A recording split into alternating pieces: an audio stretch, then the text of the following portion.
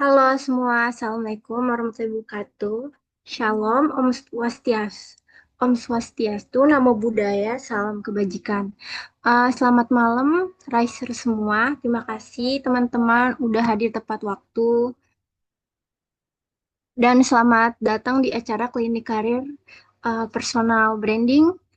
Cara baru dapat kerjaan dari orang dalam kenalan by Rise Community. Sebelum mulai acaranya, untuk teman-teman sebelum mulai acaranya, untuk teman-teman yang masih belum menyalakan fitur kamera, boleh banget nih untuk on cam. Aku tunggu biar kita sama-sama saling kenal juga.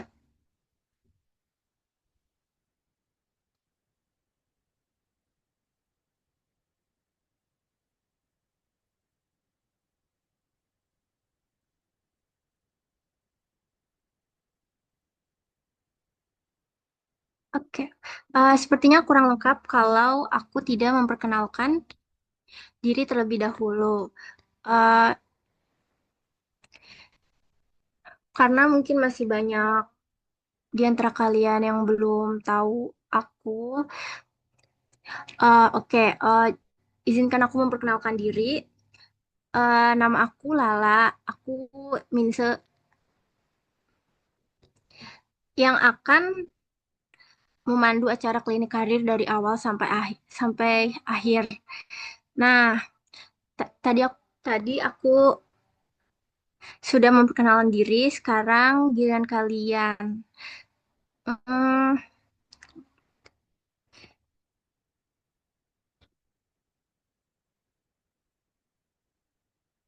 eh,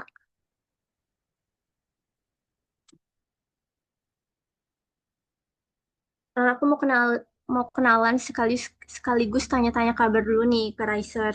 Mungkin aku akan tunjuk satu atau dua orang yang sudah menyalakan kamera.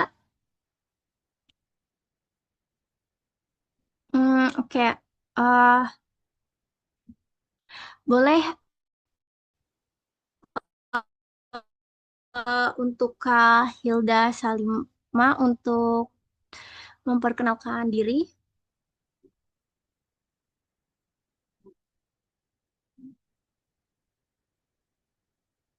Kayak mungkin ada kendala. Hmm, Kak Muhammad Riki Wahyudi, silakan.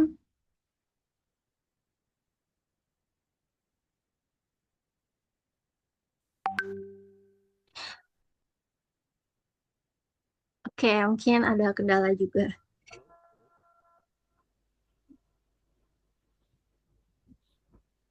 Halo, Ya, halo Kak. eh, saya dengar Maaf Kak, suaranya kurang terdengar jelas. ya sudah.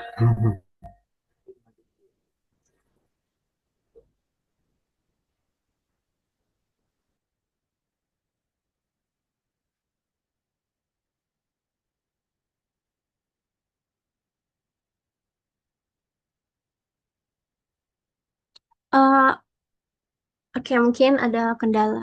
Eh, oke, terima kasih. Oke, terima kasih banyak untuk teman-teman semuanya. Tetap semangat. Meskipun mungkin ada yang sudah lelah setelah kuliah, kerja, atau aktivitas lainnya. Ah, yuk kita nikmati sesi ini bersama-sama. Nah, di sesi klinik karir kali ini kita bakal ngapain aja sih? Jadi agenda kita hari ini tuh mencakup 5 poin utama. Yang pertama itu ada sesi introduction, lalu kita langsung masuk ke sesi materi, lalu ada sesi Q&A, sesi foto bersama, dan terakhir adalah penutupan. Yuk kita ikuti semua agendanya dengan penuh semangat. Langsung aja kita masuk ke agenda pertama yaitu introduction.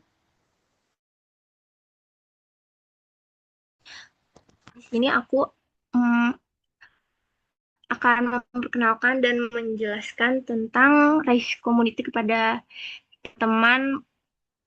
Mungkin ada yang baru bergabung atau sudah bergabung, tapi belum tahu lebih dalam tentang Rise Community. Jadi aku bakal menjelaskannya secara singkat di sini.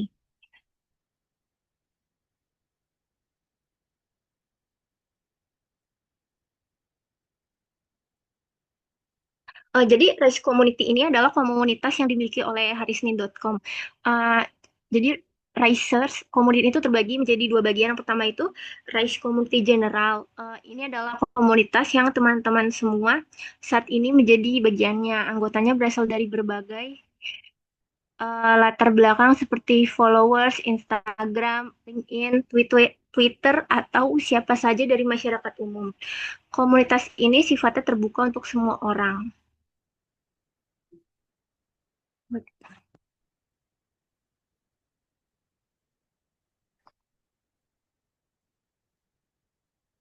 Yang kedua itu Race Community Alumni.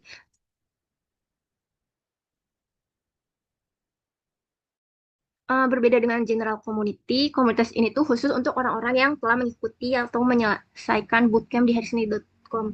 Jadi ada grup dan benefit eksklusif untuk mereka termasuk acara-acara yang berbeda dari General Community. Kalau teman-teman tertarik untuk bergabung di alumni community, pastikan untuk ikut dan menyelesaikan bootcamp di harisni.com ya. Min setunggu loh. Oke, next slide.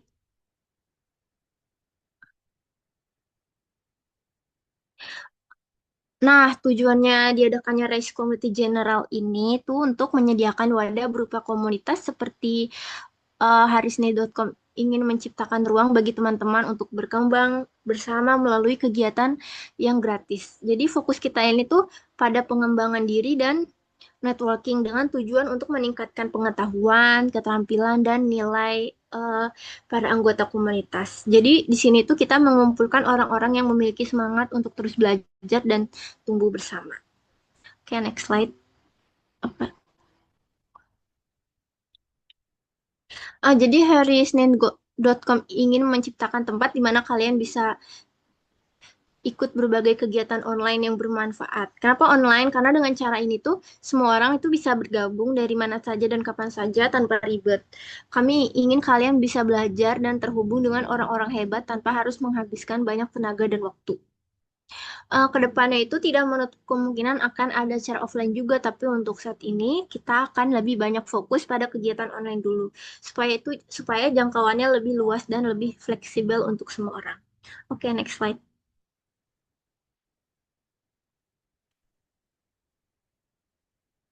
Sebelum kita mulai, izinkan aku uh, kasih sedikit info soal agenda acara yang udah berlangsung dan juga acara yang akan datang dalam bulan ini.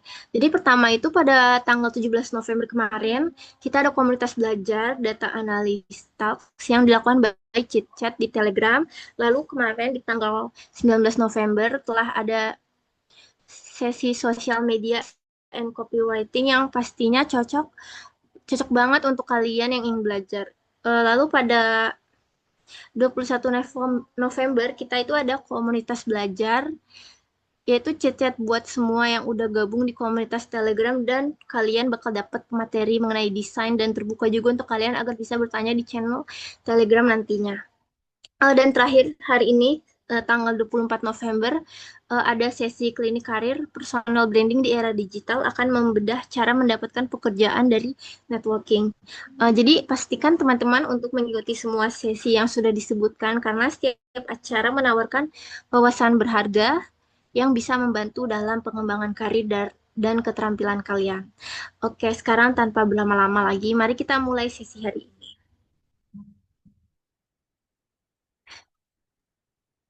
Halo, cek suara aku masuk ya? Masuk, Kak. Oke, halo selamat malam teman-teman semua. Salam kenal ya. Di sini aku Ade. Nah, mungkin nanti dari tim hari Senin boleh dibantu untuk share screen ya untuk materi aku. Ya. Dan tentunya aku senang banget di sini bisa ketemu teman-teman research ya untuk nanti kita mungkin akan discuss ringan aja gitu untuk topik kita malam ini terkait dengan personal branding gitu ya teman-teman. Nah, mungkin dari tim hari Senin boleh langsung ke materi aja.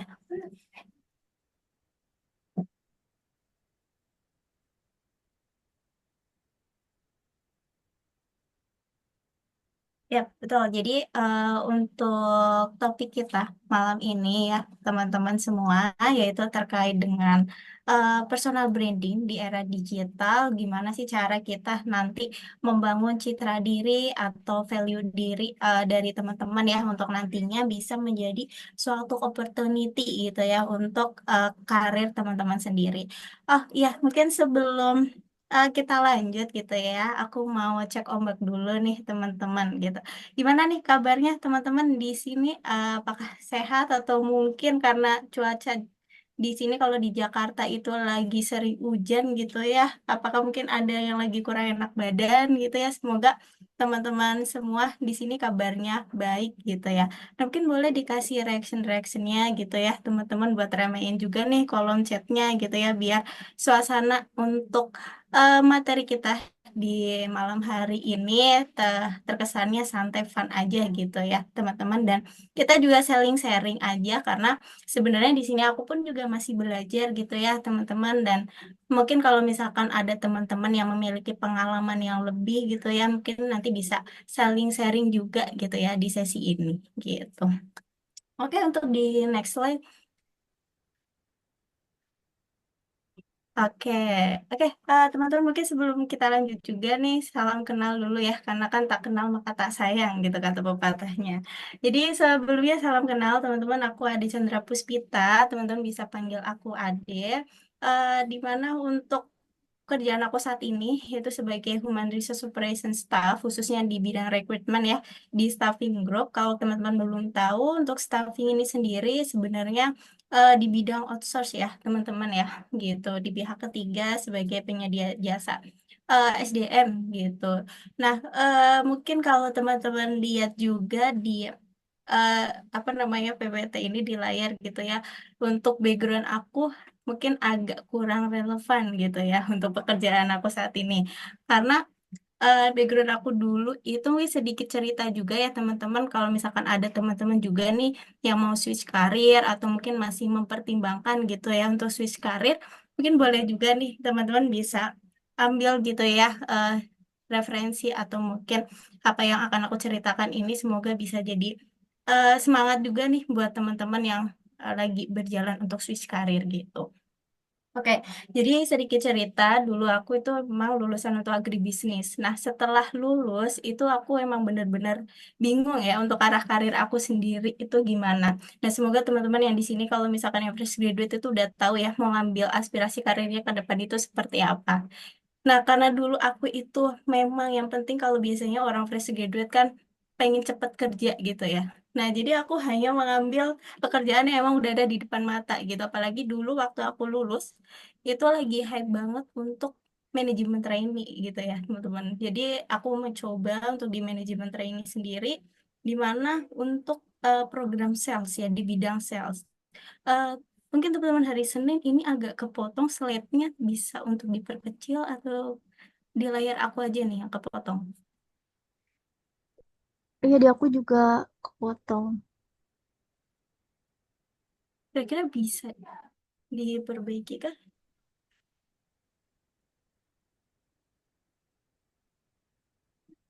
Oke, mungkin sambil aku cerita ya teman-teman. Jadi untuk awalnya memang aku memulai sebagai manajemen trainee sales di Samator selama 10 bulan ya aku mencoba di sana gitu. Nah, ternyata setelah aku 10 bulan di sana aku merasa kurang berkembang dan ini adalah bukan passion aku. Nah, mungkin ini juga permasalahan banyak orang-orang gitu ya di luar sana yang kadang biasanya untuk di bidang dia yang pertama kali berkecimpung di sana kadang merasa ada yang kurang srek gitu ya di hati ya teman-teman dan merasa mungkin ruang berkembangnya juga terbatas dan kurang bisa kontribusi juga di bidang itu makanya aku memutuskan untuk switch karir di bidang HR. Nah untuk memutuskan di bidang yang berbeda dari yang aku ambil sebelumnya itu tentunya butuh pertimbangan yang matang ya teman-teman. Jadi kalau misalkan nih teman-teman yang mau switch karir itu juga bisa nih mempertimbangkan di jangka panjangnya gitu. Jadi apa bidang yang mau teman-teman gali, yang mau teman-teman pindah di sana, itu teman-teman udah tahu nih mungkin dari segi peluang kerjanya, kemudian seberapa besar nih peluang teman-teman untuk bisa berkarir di sana gitu. Ini masih di slide sebelumnya. Oke, nah maka dari itu jadi aku memutuskan ya untuk memulai dari nol lagi, memulai dari masa internship di bidang talent acquisition, recruitment consultant, kemudian aku ambil freelance juga, dan aku juga kebetulan lulusan dari bootcamp harisenin.com ya, untuk di bidang HR ini khususnya di bidang rekrutmen di batch 16 gitu. Nah, untuk bootcamp di hari Senin ini, jujur kalau review dari aku ini sangat membantu ya teman-teman. Karena teman-teman di hari Senin pun nanti akan membantu teman-teman research untuk nantinya mengikuti dari materi, kemudian materi yang disampaikan pun sesuai gitu ya dengan apa yang terjadi gitu di pekerjaanku sekarang itu juga masih berguna. Kemudian juga dari sisi karir teman-teman juga didampingi gitu. Ini sih yang aku suka gitu ya dari bootcamp ini yang akhirnya membawa aku gitu ya untuk bisa mengambil pekerjaan full time pertamaku gitu di HR gitu. Sampai sekarang aku berkecimpung di HR di bidang rekrutmen, dan mungkin teman-teman bisa connect juga ya di LinkedIn aku karena di sini pun aku pegang dua project ya teman-teman. Nah, sebenarnya kalau di bidang outsourcing sendiri itu nggak sepenuhnya negatif gitu ya. Jadi ada juga gitu yang misalkan nih kalau teman-teman takut ini adalah mitra yang bisa di-cut kapan aja. Kalau di kita juga ada PKWT gitu teman-teman. Jadi kayak biasa, cuman memang dari bidang administrasi itu kita yang handle gitu. Jadi kalau misalkan teman-teman mau connect, di sana aku lagi butuh beberapa posisi. Nah, mungkin ada nih yang cocok dengan bidang teman-teman, boleh silakan DM ataupun apply langsung gitu ya. Oke, kalau gitu lanjut. Oke, kemudian terkait dengan topik apa aja gitu ya yang yang akan nanti kita bahas bersama, sebenarnya lebih ke arah terkait dengan realita job market saat ini gitu.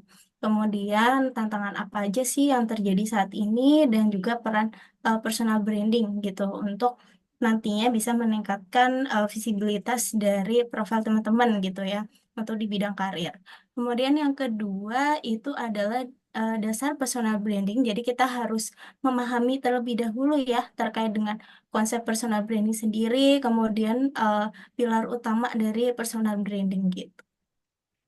Kemudian yang ketiga adalah optimasi optimasi LinkedIn untuk personal branding. Ya, jadi kalau untuk pada personal branding sendiri kan banyak ya teman-teman ya.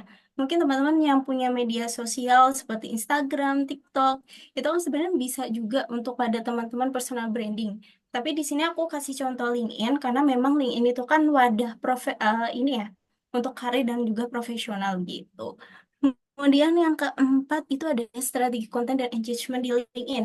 Nah, mungkin ini nanti akan aku bagi ya tips and triknya gitu, cara kita posting konten, kemudian juga meningkatkan engagement juga di LinkedIn. Dan yang kelima adalah networking organik. Dari yang tidak dilihat mungkin ya jadi dilihat dan bisa dikenal gitu. Dan yang terakhir adalah nanti studi kasus ya. Dan aku akan juga review untuk profiling in teman-teman gitu.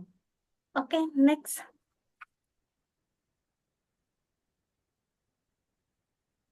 Oke, selanjutnya itu adalah untuk realita job market dan peran personal branding. Nah, mungkin teman-teman di sini boleh sharing gitu ya. Biasanya teman-teman itu dapat lowongan info kerja itu di mana sih? Apakah dari kebanyakan LinkedIn atau mungkin dari job portal ya, kayak Jobstreet, Gleans, dan lainnya. Mungkin boleh di-share teman-teman di kolom chat gitu. Biasanya dapatnya dari mana sih info lowongan kerja itu? Oh, Kak Syahrul dari Pintarnya. Oke. Terus ada lagi? Oke, mungkin aku akan... Oh, Kak Hilda dari Job Street. Oke, kalau misalkan dari Kak Hefrin nih, Kak Hefrin biasanya dari mana nih, Kak Hefrin? Mungkin boleh untuk komik atau komen Kak Hefrin biasanya dari mana nih untuk dapat info lowongan kerjanya? Oh, untuk Kak Rizky Bayu dari media sosial, job portal, website perusahaan. Oke, betul. Oke, ada lagi teman-teman mungkin yang mau berpendapat biasanya dapat lowongan itu dari mana sih? Oh, job portal. Iya, betul. Ya, sebenarnya banyak gitu ya teman-teman untuk info lowongan kerja itu sendiri dari job portal, media sosial, website perusahaan. Tapi kalau untuk saat ini ya teman-teman, kalau yang paling mungkin bisa dibilang paling berguna ya atau paling works itu dari internal ya atau mungkin dari circle pertemanan, kemudian juga bisa dari koneksi ya gitu ya, networking itu sebenarnya paling works ya teman-teman. Dan mungkin teman-teman juga bisa dapat gitu ya untuk lowongan info itu dari LinkedIn juga gitu. Sekarang kan LinkedIn juga banyak ya teman-teman. Karena menurut aku di LinkedIn itu memang mereka nge-share untuk jobnya, terus teman-teman juga bisa langsung nge-reach out ya, atau mau-approach apa namanya HR-nya, kemudian bisa usernya gitu ya, untuk bisa menaikkan visibilitas dari profil teman-teman dan bisa menaikkan teman-teman itu bisa lebih dinotis gitu oleh para user. Kalau misalkan di Jobstreet, di pintarnya gitu kan biasanya kita cuman apply terus habis itu kita nggak tahu gitu ya siapa nih HR atau user yang bisa kita approach gitu. Tapi itu juga membantu ya, bukan berarti aku menyalahkan menggunakan job portal itu enggak. Cuman aku eh, menyarankan juga nih dengan yang lain, misalkan pakai LinkedIn, kemudian memperluas networking gitu ya. Salah satunya bisa pakai LinkedIn juga gitu. Dan dari networking itu bisa membuat teman-teman bisa lebih dekat gitu ya dengan peluang karir yang ada gitu. Oke, nah selain itu untuk tantangan yang sering terjadi nih teman-teman sekarang. Sekarang kan tantangannya juga semakin besar gitu ya. Banyak memang lowongan kerja itu yang tidak dipublikasikan ya teman-teman. Makanya itu tadi aku di awal mention kalau kita itu bisa lewat networking gitu. Karena aku sebagai HR pun kadang ada beberapa posisi yang kita tidak publikasikan. Sebenarnya bukan karena kita itu hanya memanfaatkan dari referral, itu ada beberapa faktor sih teman-teman. Yang pertama, kita emang butuh cepat untuk posisi itu. Kemudian yang kedua, kita sudah ada biasanya referral ya dari internal. Dan yang ketiga itu kita sudah ada talent poolnya gitu teman-teman. Jadi kalau misalkan nih eh, di suatu perusahaan itu belum ada mengupload posisi admin staff misalkan gitu ya. Nah, teman-teman tapi ada kemampuan di administrasi gitu. Teman-teman bisa nih untuk approach dulu HR-nya, kemudian kenalan. Nah, nanti bisa nih teman-teman share gitu ya untuk CV teman-teman. Jadi nanti ketika mereka butuh admin staff, itu bisa nih profil teman-teman itu di notice. Biasanya aku ambil dari talent pool sih, kayak orang-orang yang nge-DM, kemudian orang-orang yang email juga gitu, teman-teman. Kemudian tantangan yang sering terjadi itu em, yang kedua adalah kompetisi yang sangat tinggi. Ya, benar-benar. Kalau untuk sekarang kan memang apalagi untuk fresh graduate juga semakin banyak ya teman-teman dengan keahlian yang mereka miliki gitu. Apalagi nanti juga ada kandidat yang memang referral ya atau direkomendasikan gitu dari internal atau mungkin bahkan dari user juga gitu. Tapi sebenarnya teman-teman nggak usah insecure gitu ya. Kalau misalkan nantinya ada kandidat yang referral gitu. Karena untuk pengalaman aku sendiri, kan memang ada dua kandidat gitu ya, misalkan. Yang satu referral, yang satu itu memang kita dapat dari luar gitu ya, atau orang itu mau-apply sendiri. Nah, untuk kalau kita lihat dari awal, pasti teman-teman mengiranya yang referral yang akan di-hire. Karena kan itu memang referral dari user. Tapi ternyata ketika user interview, yang di-hire adalah yang dari luar gitu, yang meng-apply sendiri. Kenapa? Karena memang ketika user interview yang orang B ini, yang bukan referral, itu bisa menunjukkan uh, capable-nya sendiri gitu untuk posisi tersebut. Jadi teman-teman semua itu nggak perlu insecure duluan gitu ya dengan kompetensi yang sangat tinggi. Makanya perlu personal branding. Jadi value yang teman-teman nanti berikan itu berbeda dengan orang lain dan teman-teman itu percaya bahwasannya value yang teman-teman kasih itu bisa lebih unggul dibandingkan yang lain gitu. Dan yang ketiga adalah HR atau recruiter pasti cek di kita presence kandidat. Ya benar. Kalau kita sendiri nggak hanya dari cek digital, pasti juga kita akan ada background check juga gitu ya teman-teman. Jadi eh, kalau bisa ya teman-teman semua menggunakan digital presence itu dengan baik gitu ya. Itu sih teman-teman untuk tantangan yang sering terjadi. Nah inilah tadi ya terkait dengan peran personal branding sendiri, di mana nanti untuk personal branding tentunya bisa menaikkan visibilitas ya dari em, profil teman-teman. Jadi karena kita bukan cuma satu dari ratusan pelamar, tapi kita bisa menjadi seseorang yang mudah dikenali gitu ya. Kemudian dengan personal branding sendiri, itu tentunya bisa mempercepat koneksi ya. Jadi bikin recruiter atau hiring manager itu excited nih untuk bisa lebih kenal jauh teman-teman gitu ya. Bahkan mungkin sebelum interview itu dimulai gitu. Dan yang paling penting itu personal branding itu bisa bantu teman-teman itu eh, paham gitu ya. Nantinya orang lain itu bisa paham siapa sih teman-teman dan apa yang teman-teman tawarkan dan kenapa teman-teman itu layak nih untuk dipertimbangkan di posisi tersebut gitu ya. Bahkan sebelum mereka ketemu dengan teman-teman. Nah, ini pentingnya personal branding. Oke, next. Oke, apa sih personal branding? Nah, tadi kan kita udah bahas banyak ya terkait dengan manfaat atau peran dari personal branding itu sendiri gitu dari tantangan yang ada atau yang kita temui saat ini. Nah, mungkin teman-teman di sini ada yang mau berpendapat gitu terkait dengan personal branding itu apa sih gitu. Mungkin boleh di kolom chat atau mungkin ada yang mau berani open mic gitu kita discuss bareng. Silahkan teman-teman.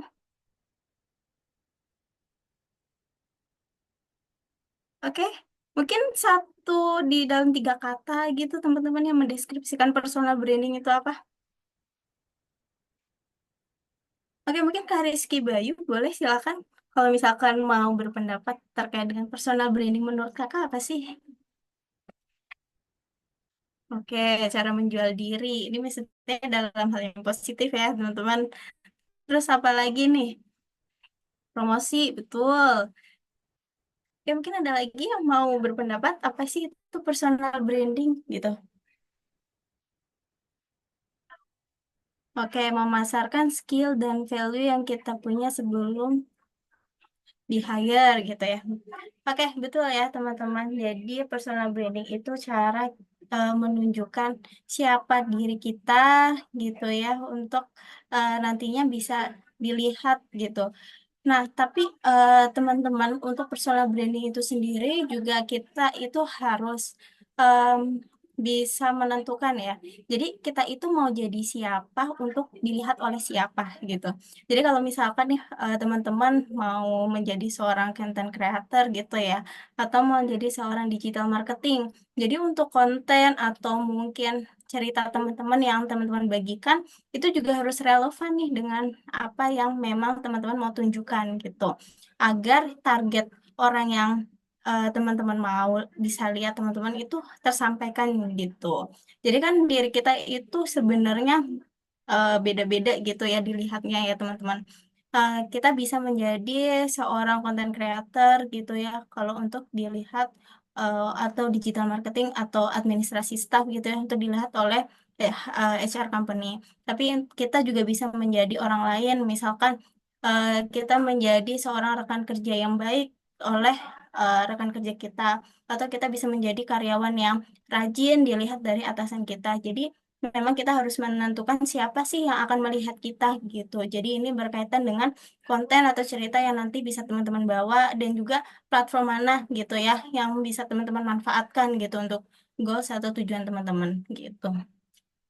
Nah, yang pertama nih terkait dengan personal branding itu banyak sebenarnya ya konsep yang salah gitu. Kalau misalkan aku lihat ya teman-teman, karena untuk personal branding sendiri itu banyak orang yang nggak mau mulai karena asumsi mereka itu kurang tepat gitu ya. Karena mereka pikir personal branding itu harus viral dulu, harus bisa menjadi seorang yang ekstrovert, harus mungkin yang punya banyak followers, atau mungkin harus bisa posting konten tiap hari gitu ya.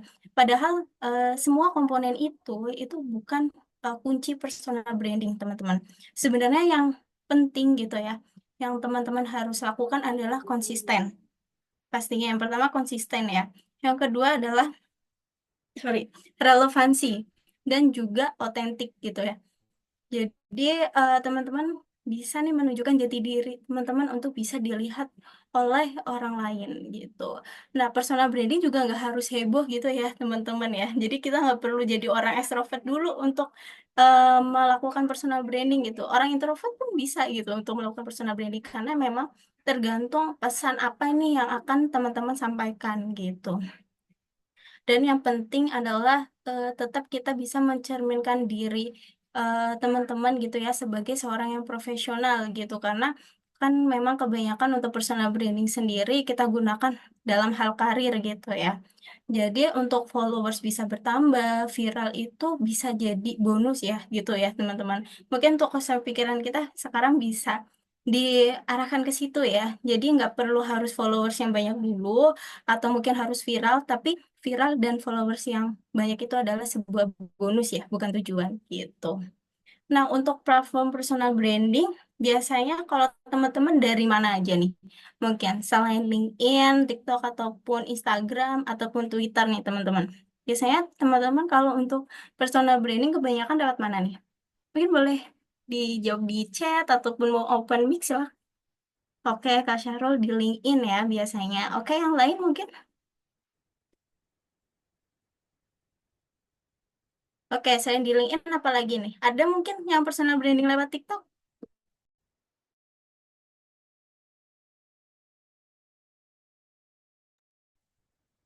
Oke, mungkin yang lain lagi di jalan gitu ya.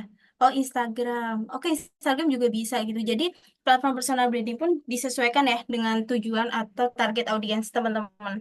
Jadi, kalau LinkedIn itu bisa ke ranah yang lebih profesional ya untuk karir dan juga profesional. Nah, untuk TikTok nih bisa untuk edukasi ringan juga atau personality gitu ya. Kemudian, nah Instagram juga bisa dari storytelling personal gitu ya. Dan yang Twitter kan biasanya sarana untuk kita menyampaikan kritik atau saran atau berpendapat gitu ya. Sebenarnya kalau untuk berpendapat itu nggak apa-apa ya teman-teman. Yang penting itu pendapat kita bisa positif, membangun dan nggak menjatuhkan gitu ya atau merugikan pihak lain gitu. Oke, next slide.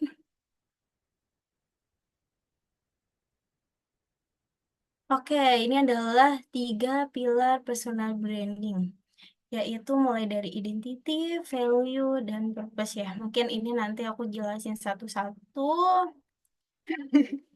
Oke, Kak Esther, aduh aku sering sindir orang di Threads. Tapi biasanya kalau di Threads kan nggak pakai nama lengkap ya, Kak Esther ya.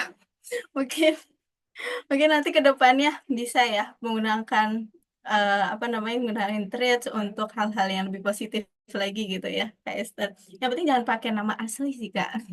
Karena biasanya akan dicek juga nih biasanya oleh HR gitu ya terkait dengan track record Kakak gitu jejak digitalnya. Nah, oke, mungkin kita lanjut ya. Untuk yang pilar personal branding ini sendiri, yang pertama adalah identity atau who. Jadi, ini tentang siapa diri kamu sebagai seorang profesional. Nah, bagian ini itu sebenarnya fokus pada gambaran dasar tentang diri kamu. Jadi, bukan sekedar sebagai nama atau mungkin jabatan, tapi suatu identitas profesional ya yang ingin teman-teman tonjolkan gitu. Jadi yang pertama nih, poin pertama kan ada siapa diri kamu. Nah, ini bisa menjelaskan siapa nih teman-teman eh, ingin dikenalnya sebagai apa. Nah, ini bisa berkaitan dengan aspirasi karir teman-teman ya ke depannya. Kemudian yang kedua adalah apa ahlian yang kamu punya. Jadi ini bisa sertakan kemampuan yang paling relevan dan yang membuat diri teman-teman itu berbeda nih dengan yang lain. Misalkan nih untuk sekarang kan konten kreator banyak ya teman-teman ya dan banyak juga yang viral. Tapi kan mereka punya tema yang beda-beda gitu ya, yang bisa mereka bawa keunikan yang mereka beda gitu ya, yang mereka bawa itu yang bisa bikin mereka itu beda dari yang lain gitu dan bisa kita notice juga gitu ya. Kadang si A nanti kontennya mungkin terkait dengan edukasi tentang bagaimana cara menjadi HR yang baik atau mungkin recruiter yang baik dan keduanya yang B sama-sama tentang edukasi, tapi beda nih.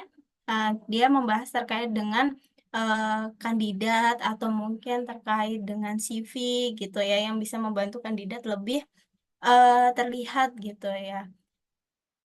Nah, kemudian yang ketiga adalah apa karakter yang ingin ditonjolkan. Jadi ini bagian personality branding ya, teman-teman. Jadi ini tergantung nih, teman-teman pengen dikenal sebagai apa. Misalkan nih sebagai profesional yang detail oriented, kemudian orang yang suportif dan komunikatif, atau mungkin bisa menjadi orang yang kreatif. Oke, kemudian yang kedua adalah value proposition atau what. Jadi bagian ini tuh menjelaskan apa sih yang bisa teman-teman tawarkan gitu. Kenapa orang atau perusahaan itu perlu nih memilih teman-teman dibandingkan yang lain. Jadi ini bukan tentang tanggung jawab teman-teman atau tugas teman-teman, tapi value yang bisa teman-teman bawa gitu. Jadi nilai apa sih yang bisa kamu berikan gitu ya. Ini bisa menjawab kalau kolaborasi dengan teman-teman apa sih impact-nya gitu. Misalkan nih di suatu perusahaan gitu ya lagi ingin meningkatkan kualitas hiring mereka. Nah, kalau misalkan perusahaan tersebut kolaborasi sama teman-teman, jadi perusahaan tersebut bisa nih meningkatkan kualitas hiring mereka dengan mempercepat time to fill-nya mungkin ya, yang bisa berdekatan dengan melakukan pendekatan sourcing yang berbeda dari sebelumnya gitu. Kemudian yang kedua adalah masalah apa yang bisa kamu bantu selesaikan gitu. Jadi ini sebenarnya terkait dengan problem solving ya. Karena aku sangat merasakan di sini dan mungkin untuk teman-teman yang sudah bekerja juga mungkin bisa merasakan ya kalau di dunia kerja kemampuan problem solving itu sangat dibutuhkan gitu. Karena banyak gitu ya hal-hal yang di luar ekspektasi kita atau mungkin di luar hal-hal yang sudah pernah kita pelajari gitu untuk di dunia kerja sendiri gitu. Kemudian yang ketiga adalah purpose atau why. Jadi ini adalah alasan mendasar tentang kenapa sih teman-teman berada di industri ini atau di bidang ini dan arah karir teman-teman itu ke depannya mau seperti apa gitu. Jadi ini menunjukkan bahwasannya teman-teman itu bekerja itu bukan karena hanya butuh, tapi teman-teman juga punya tujuan dan juga arah ke depannya gitu. Jadi yang pertama, apa sih alasan teman-teman untuk di industri ini? Nah, jawaban ini mungkin bisa teman-teman tunjukkan ya dari passion teman-teman di mana, kemudian motivasi teman-teman juga gitu ya. Kemudian apa sih misi karir kamu ke depannya? Nah, ini bisa dikaitkan ya dengan gambaran jangka panjang teman-teman untuk karir teman-teman mau dibawa kemana nih ke depannya menjadi seorang profesional yang seperti apa gitu. Oke, next slide.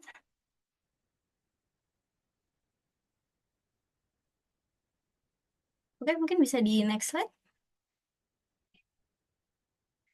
Nah, kemudian yang kita bahas ini adalah terkait dengan strategi LinkedIn yang efektif dan profesional. Mungkin ini aku bawa untuk yang platform personal branding yang lebih ke arah karir dan juga profesional gitu ya, teman-teman, yaitu di LinkedIn. Di mana untuk strategi LinkedIn sendiri yang efektif dan profesional pasti yang pertama dilihat adalah profil gitu ya. Jadi teman-teman bisa optimalkan gitu ya untuk profil teman-teman mulai dari foto profesional, kemudian headline yang jelas, kemudian buat yang menggambarkan diri teman-teman gitu. Jadi mungkin nanti kita akan ada studi kasus ataupun nanti kita akan review ya bareng untuk profil LinkedIn teman-teman gitu untuk kita belajar apa aja sih mungkin yang masih perlu dilengkapi atau mungkin yang bisa lebih dimaksimalkan gitu ya untuk di bagian profil untuk bisa meningkatkan visibilitas gitu ya dari profil teman-teman untuk bisa lebih dinotis gitu oleh HR ataupun user dari perusahaan impian teman-teman gitu. Kemudian yang kedua adalah bangun kehadiran digital. Jadi aktif di engage kemudian tinggalkan komentar yang bermakna. Nah, mungkin teman-teman di sini kan kalau kita lihat di LinkedIn itu banyak juga ya yang share konten, kemudian yang share loker juga gitu. Nah, itu sebenarnya peluang ya untuk teman-teman bisa di notice gitu. Jadi ketika meninggalkan komentar itu juga tidak hanya misalkan nih setuju atau interest gitu kan biasanya kalau di LinkedIn. Nah, coba nih teman-teman kasih ya kalimat yang bisa menggambarkan diri teman-teman gitu, biar lebih dinotis dan beda sama yang lain. Mungkin nanti ada contohnya ya di slide selanjutnya gitu. Kemudian yang ketiga adalah konsisten posting ya, bisa share insight, pengalaman ataupun pembelajaran gitu ya, yang teman-teman pernah ikuti. Dan yang terakhir adalah tampilkan karakter profesional, jadi tetap otentik, jelas, dan juga tentunya nih yang paling penting adalah relevan dengan tujuan karir teman-teman. Jadi selama konten ataupun postingan yang teman-teman share ataupun yang teman-teman buat itu relevan gitu ya dengan aspirasi karir teman-teman gitu. Jangan misalkan nih teman-teman mau jadi content creator atau mungkin teman-teman beda nih jadi digital marketing atau graphic design gitu ya. Tapi teman-teman bahasnya terkait dengan payroll gitu kan. Itu kan beda lagi gitu. Jadi disesuaikan gitu ya dengan tujuan karir teman-teman gitu. Kemudian adalah jenis konten yang efektif. Nah, kalau misalkan teman-teman bingung nih, kontennya apa aja sih yang perlu kita buat gitu ya untuk bisa meningkatkan personal branding kita. Yang pertama mungkin bisa dari storytelling pengalaman kerja. Atau mungkin yang belum punya pengalaman kerja dari pengalaman selama kuliah gitu ya. Itu juga bisa diceritakan ya teman-teman. Kemudian yang kedua adalah refleksi dari hal kecil di pekerjaan atau mungkin di kegiatan perkuliahan juga gitu. Atau mungkin di kegiatan organisasi juga bisa ya. Dan yang ketiga adalah tips and insight seputar industri.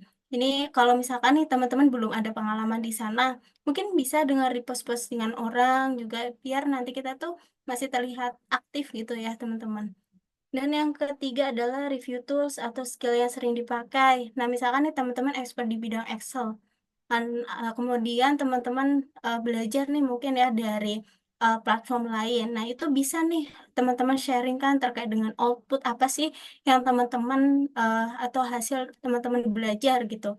Kemudian nggak harus cerita sukses juga ya teman-teman, cerita kegagalan dan juga pembelajaran juga bisa di-share juga gitu biar nantinya kalau misalkan nih ada audiens yang mungkin memiliki cerita yang sama gitu ya bisa saling sharing gitu ya teman-teman, dan mungkin dari yang lain juga bisa ngambil hikmahnya gitu ya dari kegagalan teman-teman. Kemudian yang terakhir adalah dokumentasi proses belajar. Nah, untuk dokumentasi sendiri ini menurut aku sangat penting ya teman-teman, karena kan mungkin ini bisa dibilang sebagai bukti juga bahwasannya teman-teman itu memang betul gitu ya mengikuti proses tersebut gitu. Oke, next.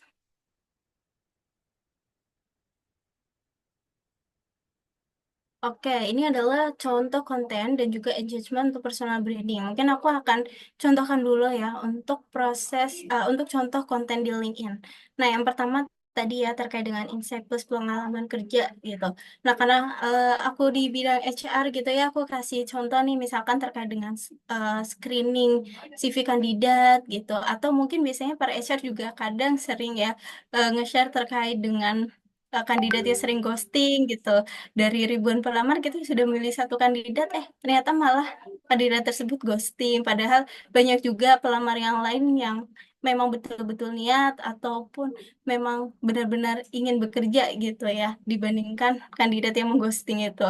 Kemudian dari refleksi gitu ya bisa dilihat dari refleksi pekerjaan yang biasanya kita temuin gitu ya. Kemudian tips singkat tadi ya yang seperti aku udah jelasin di awal. Oke, next. Nah, ini contoh engagement di LinkedIn, misalkan ya dengan meninggalkan komentar gitu ya teman-teman di postingan orang lain, atau mungkin biasanya tuh para hiring manager itu kan sering juga ya teman-teman yang meninggalkan, yang sering posting, sorry, yang sering posting di LinkedIn. Nah, bisa nih kita uh, menggunakan tips insightful reply gitu ya. Jadi kita nggak hanya misalkan setuju Kak gitu, tapi ditambahin juga nih gitu. Apa sih yang membuat kakak teman-teman semua itu setuju gitu dengan postingan ataupun dengan cerita gitu ya yang mereka share atau yang mereka bagi. Nah, selain insightful reply juga bisa dengan supportive comment gitu ya, yang bisa mendukung gitu ya komennya, di mana ini kan pastinya bisa bikin teman-teman itu beda gitu sama yang lain agar bisa lebih dinotis. Bisa juga dengan pertanyaan juga gitu ya teman-teman. Jadi ini kan bisa menjadi bahan diskusi juga di sana gitu yang bisa memperluas networking atau connection juga gitu. Next.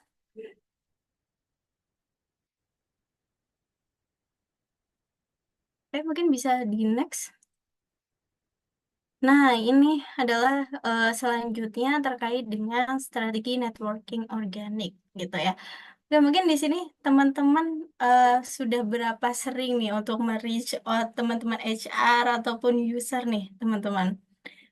Atau mungkin dari teman-teman masih banyak yang ragu ataupun masih banyak yang kurang apa namanya kurang pede gitu ya, atau mungkin masih bingung gitu cara reach out HR itu gimana sih gitu, atau mungkin udah sering nih teman-teman, atau mungkin udah sering reach out tapi nggak dibalas gitu misalkan. Ada mungkin yang mau bagi pengalamannya untuk teman-teman di sini?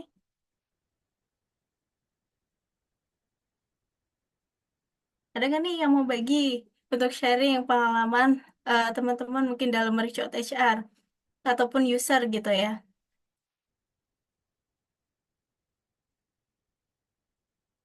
Oke, nggak ada. Beneran nih, nggak ada yang mau sharing. Oh, Kak Iva, iya Kak bingung nemuin akun HR bagian divisi yang mau dilamar. Oke, sebenarnya kalau untuk HR sendiri ya teman-teman, kadang nggak dibales kenapa ya Kak? Apakah HR dulu? Ya benar, sebenarnya mungkin Kak Iva dulu ya. Gimana sih caranya kita nemuin akun HR bagian divisi yang mau dilamar?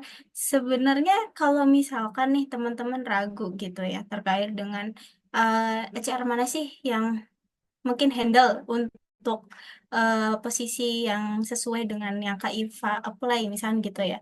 Sebenarnya kita bisa me-reach out HR itu yang ada gitu sih teman-teman. Jadi nanti sebenarnya untuk HR kan saling kerjasama ya. Kalau misalkan di tempatku bekerja itu biasanya kita saling kerjasama gitu teman-teman. Misalkan nih aku nggak handle terkait dengan posisi sales.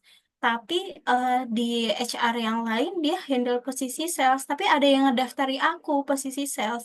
Biasanya aku akan sharing gitu terkait dengan profil kandidat tersebut ya yang apply. Jadi biasanya kita para HR tuh saling sharing gitu terkait dengan talent pool ya atau kandidat gitu teman-teman. Jadi nggak usah khawatir terkait dengan hal itu. Nggak apa-apa kita kan yang penting usaha gitu ya teman-teman. Jadi Kak Iva boleh aja dulu reach out kandidat yang reach out HR yang memang bekerja di perusahaan tersebut karena kadang memang sesama rekan HR itu kita saling sharing juga gitu terkait kandidat. Apalagi untuk posisi yang sangat sulit gitu ya, teman-teman. Kemudian ada lagi nih, kenapa nggak dibales? Kenapa ya, Kak? Oh, kadang nggak dibales. Kenapa ya, Kak? Apakah HR terlalu menerima banyak pesan atau kenapa? Ya, betul. Aku merasakan ya, karena kita terlalu menerima banyak pesan, kadang ada yang kemis gitu, kita nggak sempat balas, atau mungkin kadang ada yang nge-reach out 2 hari yang lalu baru bisa aku balas. Kadang aku tuh balasnya di weekend gitu, teman-teman.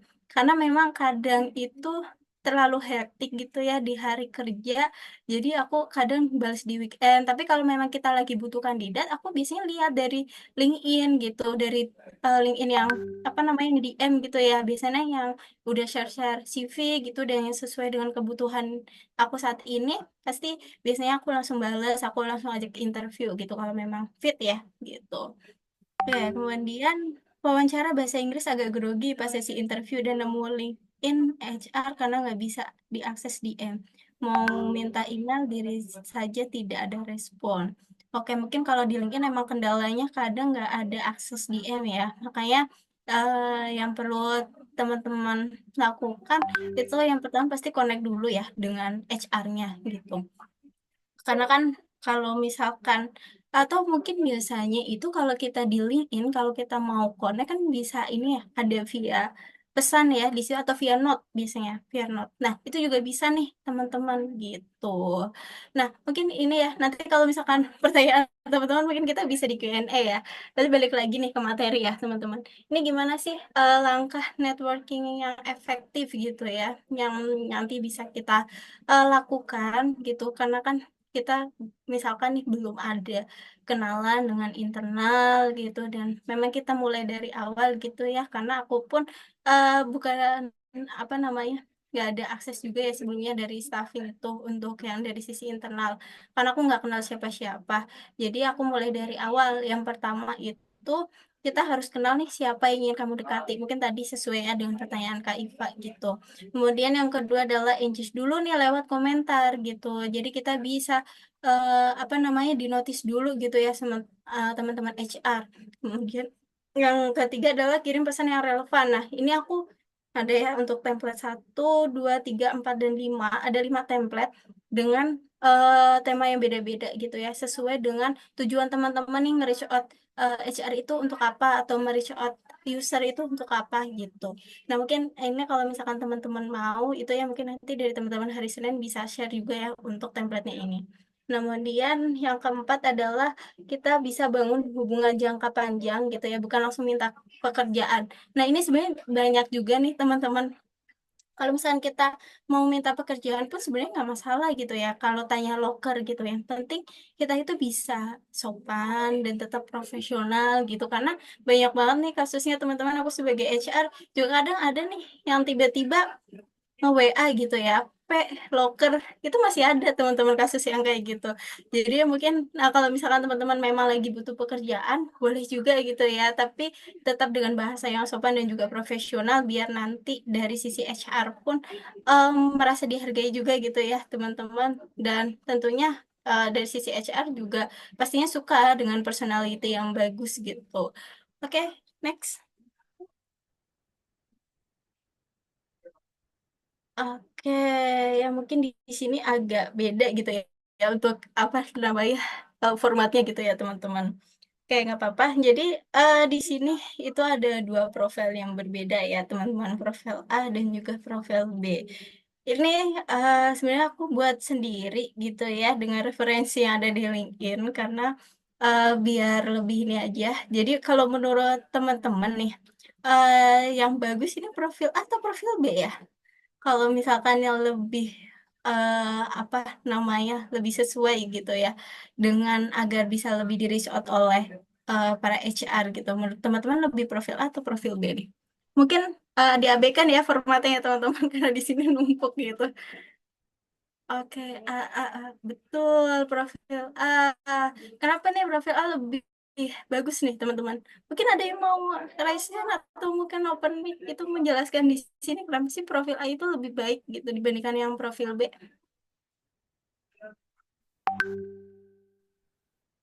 Ada yang berani mungkin untuk open mic?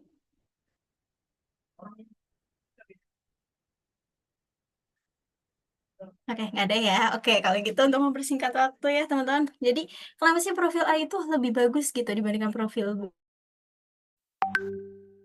Lihat di sini juga teman-teman bisa milih ya, maksudnya menilai itu ya mana yang bagus gitu. Jadi yang paling betul adalah profil A.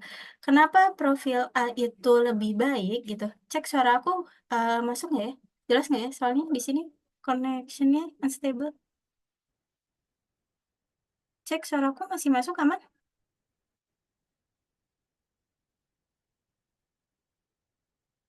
Oh aman aman. Oke oke oke oke. Oke, jadi kenapa lebih ke arah profil A itu kalau kita lihat ya dari segi headline-nya, kemudian juga dari segi about, terus top skill. Nah, sebenarnya yang paling sering dilihat itu dari sisi top skill juga nih, teman-teman. Karena biasanya dari HR selain headline, ya pasti ya tadi itu pasti kita akan ini ya, lihat gitu. Karena kan terkait dengan background ataupun karir teman-teman passionnya di mana. Nah, selain itu juga di top skill. Kita lihat kadang skill yang teman-teman miliki sesuai nggak sih dengan apa yang kita butuhkan gitu. Jadi teman-teman boleh nih sekarang kalau mengisi top skill mulai dari hard skill dulu ya, karena kadang teman-teman HR pun melihatnya dari sisi hard skill terlebih dahulu, kemudian soft skillnya gitu. Kemudian di bagian about juga eh yang mungkin bisa dibikin 3 paragraf gitu ya, yang maksimalnya. Tapi masing-masing paragraf pun jangan terlalu panjang gitu, karena kita sebagai HR kan pastinya hanya pengen lihat untuk poin-poin apa aja gitu yang teman-teman kasih gitu. Oke, nextnya selain dari profil yang bagian depannya, kita ke bagian experience. Nah, untuk experience sendiri, sebenarnya nih semuanya sama-sama ada job desk-nya gitu ya, teman-teman ya. Tapi kenapa sih untuk yang di sebelah kiri itu lebih menjual gitu daripada yang sebelah kanan gitu. Karena di sebelah kiri ini meskipun dia apa namanya di satu perusahaan gitu ya, dia bisa melampirkan dokumentasi. Kemudian dari sisi job desk-nya juga bisa dijelaskan per poin gitu ya. Jadi ini bisa memudahkan para HR itu melihat gitu terkait dengan apa aja sih yang tanggung jawab atau job desk teman-teman gitu. Apalagi dengan adanya lampiran bukti atau fotonya, itu bisa menambah poin plus gitu ya teman-teman. Sedangkan kalau untuk poin yang kanan itu memang terkesannya lebih singkat gitu ya, tapi lebih umum juga gitu. Dan kata-kata mengkoordinir nih, misalkan itu dipakai berulang kali kurang efektif gitu ya teman-teman, atau kurang bisa istilahnya menjual gitu ya, membuat mereka beda sama yang lain gitu. Oke, mungkin itu ya teman-teman untuk materi dari aku. Jadi untuk sesi tanya jawab mungkin aku serahkan ke Kak Lala ya. Silahkan Kak Lala.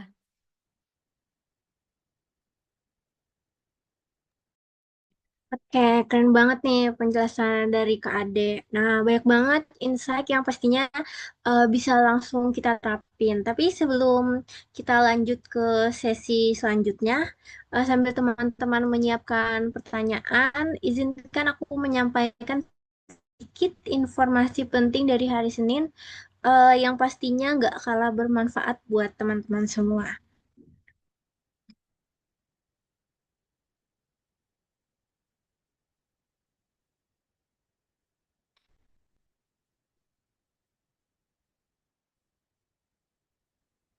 Oke, pernah nggak sih pengen ikut bootcamp buat upgrade skill tapi kepentok sama biaya? Tenang aja guys, karena hari Senin sekarang punya solusi. Jadi hari Senin installment, sistem cicilan langsung dari hari Senin tanpa pihak ketiga dan pastinya 0% bunga alias anti riba.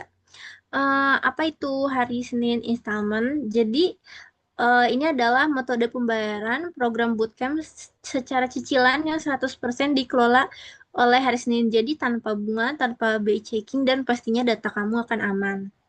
Benefitnya itu apa aja sih?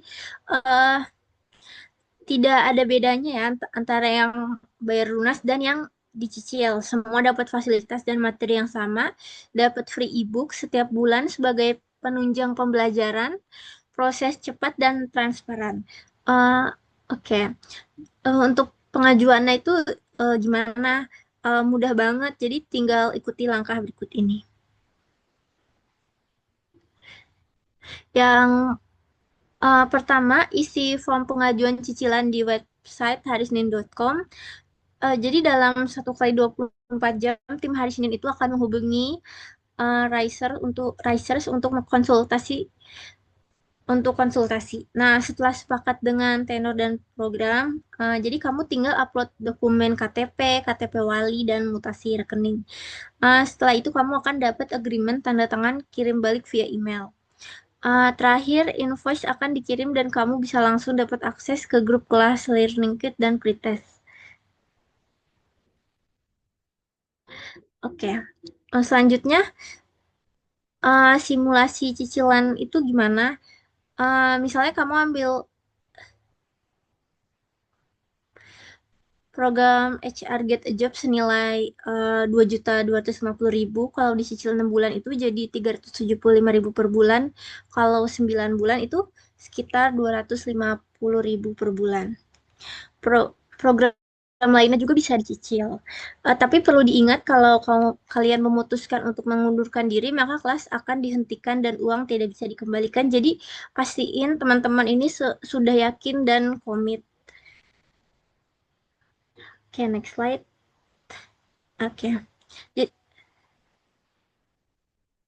Jadi kalau teman-teman tertarik atau punya pertanyaan lebih lanjut, langsung bisa hubungi Nadira. Tim Hari Senin siap bantu untuk upgrade skill dengan cara yang lebih ringan dan terjangkau. Oke, sekarang kita lanjut ke sesi selanjutnya nih, sesi Q&A bareng Kak Ade. Hmm, tapi tunggu dulu sebentar. Jadi tadi aku ngelihat ada beberapa yang udah memberikan pertanyaan. Jadi tadi ada pertanyaan dari Kak Ivan nih. Bagusnya itu reach out English atau Indo, Kak? misal perusahaan Big Four atau multinasional, apakah akan interview English yang ya kalau kita pakai bahasa Inggris. Itu gimana, Kak?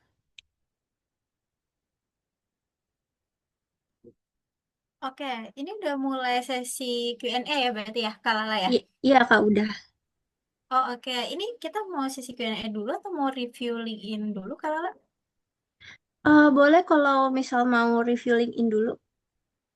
Oh oke oke oke. Oke mungkin em, tadi kan kita review LinkedIn-nya itu dari materi gitu ya teman-teman. Nah ini mungkin aku mau review LinkedIn dari teman-teman semuanya nih yang ada di sini gitu ya. Aku udah milih 3 profil LinkedIn gitu ya, yang udah teman-teman share gitu ya di form absen mungkin ya ketika mendaftar gitu. Nah mungkin aku izin untuk share screen ya, kalau Oke, ya. oke, sebentar.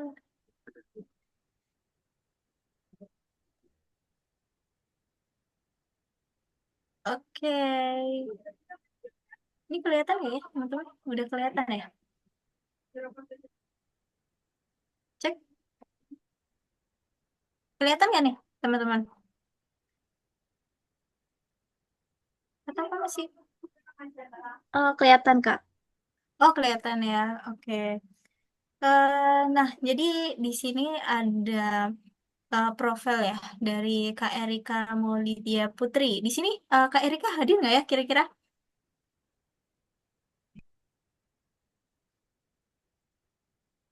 Oke, mungkin lagi halangan gitu ya untuk on mic ya, kayak Rika ya. Mungkin aku lanjut nih. Jadi ini ada profil teman-teman research juga gitu ya, untuk atas nama Erika Muldia Putri. Nah, sebenarnya kalau dari sisi foto, mungkin ini bisa lebih profesional gitu ya, teman-teman gitu. Sebenarnya kita nggak perlu kayak mungkin harus ke studio foto gitu ya. Mungkin bisa juga sekarang pakai foto sendiri diedit juga bisa ya biar lebih terlihat profesional gitu. Kalau sebagai di headline sih sebenarnya ini sudah menggambarkan gitu ya teman-teman terkait dengan teman-teman ini siapa sih gitu. Jadi untuk Kak Erika sendiri dia menggambarkan diri dia adalah sebagai content writer gitu ya. Nah, ini juga bisa dilihat dari untuk saat ini misalkan Kak Erika ini sebagai kreatif media manager di FEI Psikologi gitu ya. Nah, kemudian setelah itu ini di bagian about ya teman-teman.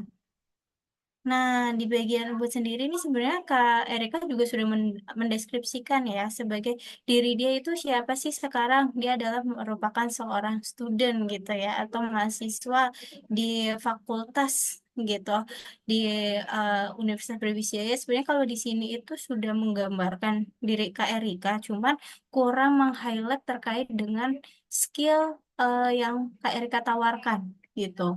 Nah, kemudian bisa ditambahkan juga gitu ya terkait dengan eh, kalau misalkan di aku itu aku biasa tambahin untuk nge-reach out aku tuh lewat apa sih gitu. Mungkin bisa dilampirkan terkait dengan email ataupun kalau misalkan teman-teman punya WA bisnis gitu ya, mungkin bisa dilampirkan juga biar nanti kalau teman-teman HR mau menghubungi itu tahu nih Kak arahnya kemana gitu. Sebenarnya kalau untuk di sini gitu ya terkait dengan postingan Kak Erika sendiri.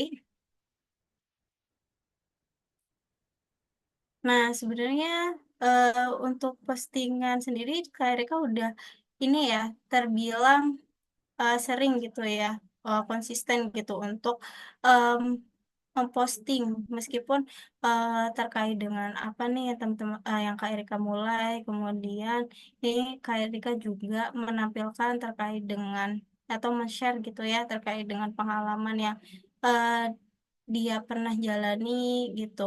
Nah, kemudian ini ya repost juga.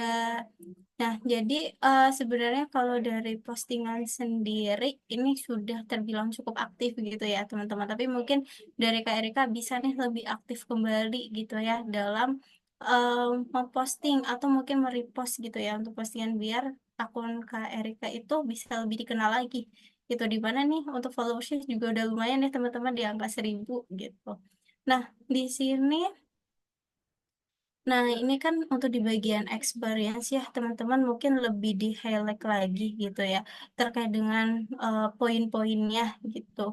Jadi sebenarnya kalau untuk di bagian job desk sendiri, bisa nih teman-teman menggunakan metode STAR ya. Mungkin teman-teman udah pernah mungkin ya dengar gitu. Jadi dilihat dari situasinya, dari segi job desk ya, itu kondisinya teman-teman sebagai apa, teks atau tugasnya teman-teman, dan actionnya apa sih teman-teman di sana, dan yang terakhir ada result ya atau impactnya gitu dari tanggung jawab atau apa yang teman-teman kerjakan itu berapa persennya sih bisa meningkatkan, misalkan meningkatkan dari time to fill atau mungkin bisa mempercepat prosesnya gitu ya, atau bisa meningkatkan mungkin apa namanya engagement dari suatu media gitu ya gitu. Jadi tergantung nih dari jobdesk teman-teman, tapi kalau bisa dengan metode STAR ya, biar para HR pun bisa menotis gitu hasil yang teman-teman kerjakan itu apa sih gitu, dan bisa ditambahkan dengan dokumentasi gitu ya. Di sini mungkin udah ada sertifikat juga ya teman-teman, bisa dicantumkan juga terkait dengan sertifikasinya, tapi bisa dicantumkan juga nih terkait dengan kegiatan-kegiatan yang teman-teman itu biasanya ikuti gitu selama proses di sana gitu. Nah, ini juga nih di bagian education juga jangan disepelekan juga gitu ya, teman-teman. Ini juga bagus ya dari KRK sudah mengupgrade gitu ya terkait dengan aktivitas dan societiesnya apa aja. Sebenarnya bisa dilihat bisa ditambahkan sorry dari sisi apa namanya mata kuliah yang relevan gitu ya dengan posisi kita yang sekarang gitu, atau mungkin dari segi project-project juga gitu. Nah, di sini juga ada rekomendasi gitu ya. Oke. Nah, paling itu ya untuk profil dari Kak Erika. Oke, ada pertanyaan dari Kak Syahrul ya ini. Kak, supaya profilnya lebih profesional, apa foto harus selalu berdasi atau berjas? Sebenarnya enggak ya. Jadi, foto profesional tuh sebenarnya yang penting kita rapi ya. Gitu ya. Misalkan aku misalnya pakai baju kayak gini. Ini sebenarnya itu bisa juga gitu ya. Yang penting itu kita rapi, sopan gitu, dan untuk gayanya juga nggak usah neko-neko gitu ya. Kalau Kak Erika kan masih pakai gaya kalau kita foto ya atau selfie gitu ya. Nah, bisa kita pakai gaya yang lebih profesional gitu. Contohnya banyak ya, teman-teman. Tuh. Oke, kemudian untuk skill di LinkedIn atau personal branding mending fokus satu skill atau versus banyak skill bisa. Untuk banyak skill juga bisa, Kak Rizky. Yang penting itu masih relevan dengan apa yang mau kita lihatkan gitu. Jangan kalau misalkan kita punya banyak skill tapi kurang relevan, menurut aku mendingan nggak usah ya. Karena kalau memang kita mau ngejual diri sebagai seorang digital marketing, kita bisa fokusnya skillnya di arah sana aja. Misalkan di arah administrasi kita jago di Excel gitu ya. Sebenarnya itu em, bisa jadi hal yang mendukung juga, tapi itu jangan dijadikan sebuah highlight gitu sih. Itu bisa menjadi hal yang mendukung gitu sih, teman-teman. Gitu. Kemudian yang untuk profil yang kedua nih tadi aku lihat ada yang masih kosong juga nih, teman-teman. Nah, kalau gini coba dari sisi HR ataupun user ingin lihatnya dari sisi mana gitu. Kita kan nggak bisa nih lihat Kak Diva sebagai apa di sini. Kak Diva pengen dilihat sebagai apa? Kita sebagai HR kan nggak tahu gitu ya, teman-teman. Untuk Kak Diva backgroundnya di bidang apa? Misalkan kita lagi butuh di sales, kita approach Kak Diva. Tapi ternyata dia lebih apa namanya di bidangnya data analis gitu, atau mungkin di bidangnya graphic design gitu kan kurang sesuai ya dengan apa yang kita butuhkan. Jadi mungkin dari Kadiva bisa di-upgrade lagi ya, dimaksimalkan gitu. Mungkin bisa diisi secara lengkap untuk profilnya. Itu mulai dari fotonya, kemudian dari headline-nya, dari about-nya, kemudian dari pengalaman. Meskipun gak punya pengalaman kerja, bisa dibagikan ya pengalaman proyeknya, pengalaman organisasinya gitu. Kemudian ada lagi foto yang ketiga itu,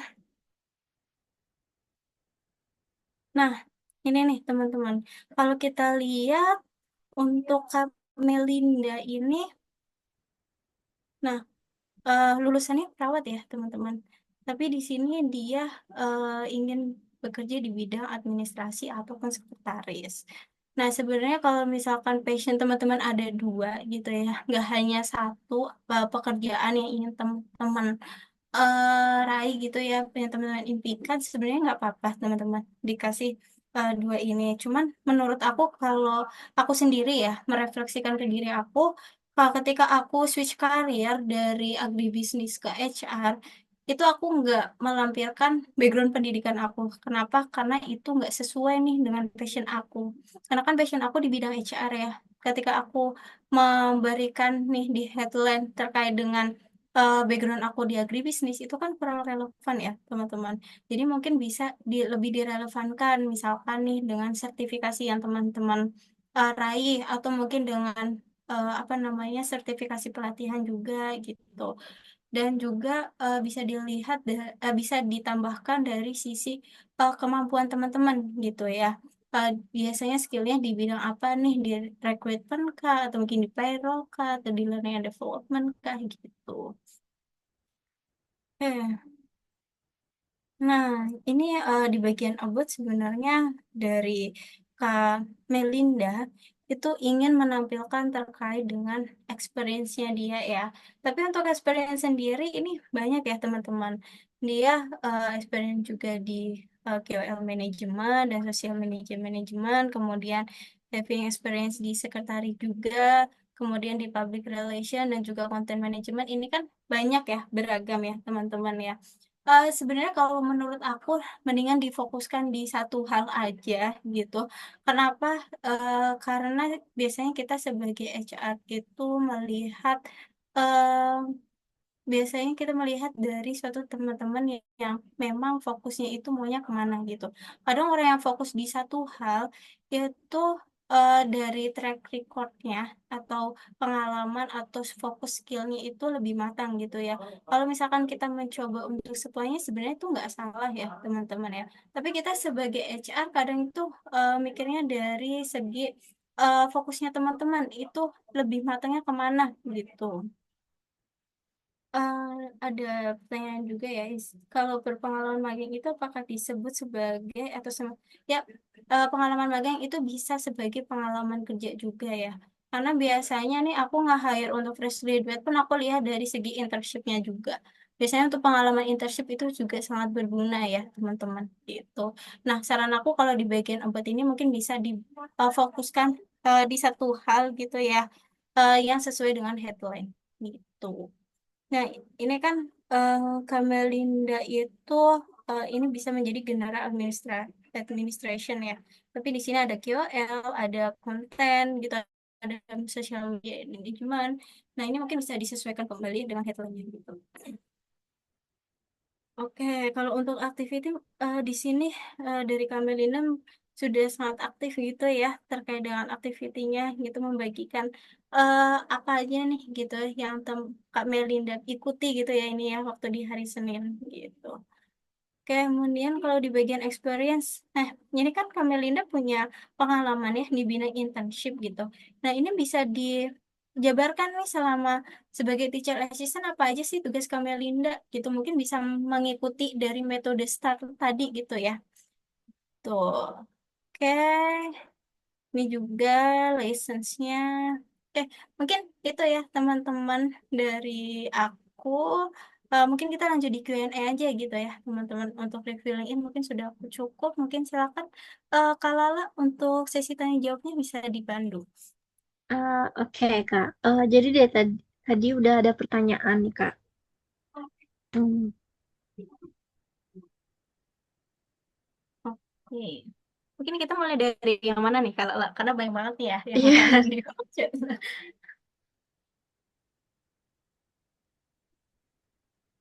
oke. Tadi ada pertanyaan dari Kak Iva. Kak Ivana Iva. Jadi pertanyaannya itu bagusnya reach out English atau Indo, Kak? Misal perusahaan Big Four atau multinasional, apakah akan interview English ya? Kalau ya Kak, kalau kita pakai English. Oh, oke. Ya, Kak Yufa, sebenarnya kalau untuk reach out itu bagusnya pakai English atau Indo. Sebenarnya pakai English atau Indo itu nggak masalah. Cuman kita juga harus tahu ya siapa yang akan kita reach out. Kalau misalkan nih dengan perusahaan Big Four atau multinasional kan pastinya tentunya ya mereka itu akan menggunakan bahasa Inggris gitu untuk setiap proses rekrutmennya. Itu sepengalaman aku ya. Jadi untuk di reach out pun bisa menggunakan bahasa Inggris. Nah, untuk di profiling ya bagusnya menggunakan apa? Kalau saran dari aku, bahasa Indonesia pun sebenarnya nggak masalah ya. Yang penting kita bisa membranding itu dengan baik. Tapi untuk zaman sekarang, sebenarnya untuk bahasa Inggris itu sudah menjadi hal yang lumrah juga ya. Hal yang harus sudah kita kuasain juga. Jadi untuk bisa lebih bagus lagi untuk profiling in mungkin bisa menggunakan bahasa Inggris gitu ya, teman-teman. Gitu sih. Kalau Oke, Oke, gimana? mungkin ada lagi ya. Kalau reach out-nya pakai English, apakah interviewnya pakai English gitu ya, Kak Lala? Iya, Oh, oke. Sebenarnya ini tergantung perusahaannya juga nih, teman-teman. Karena gini, karena aku pernah juga gitu ya, nge-reach out pakai bahasa Inggris. Ternyata pas interview kita pakai bahasa Indonesia gitu.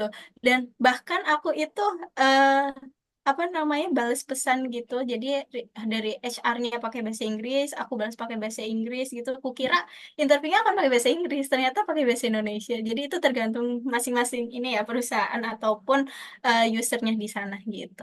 Gitu Kak Lala. oke. Gimana nih Kak Iva? Udah terjawab atau belum?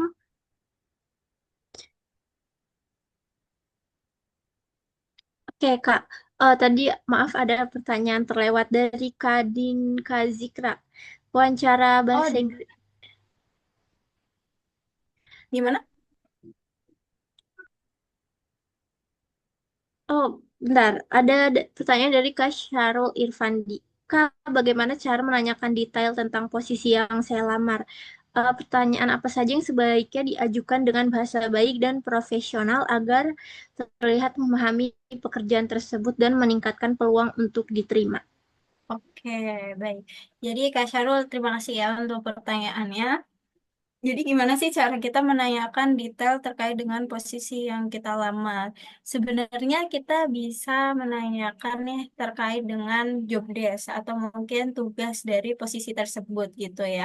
Dan yang paling penting itu adalah dari segi kualifikasi atau kebutuhan skill apa sih yang paling membuat Kak Syahrul itu diterima gitu di sana. Jadi Kak Syahrul bisa tanya juga nih untuk posisi ini untuk skill yang memang paling dibutuhkan itu dari segi apa ya gitu.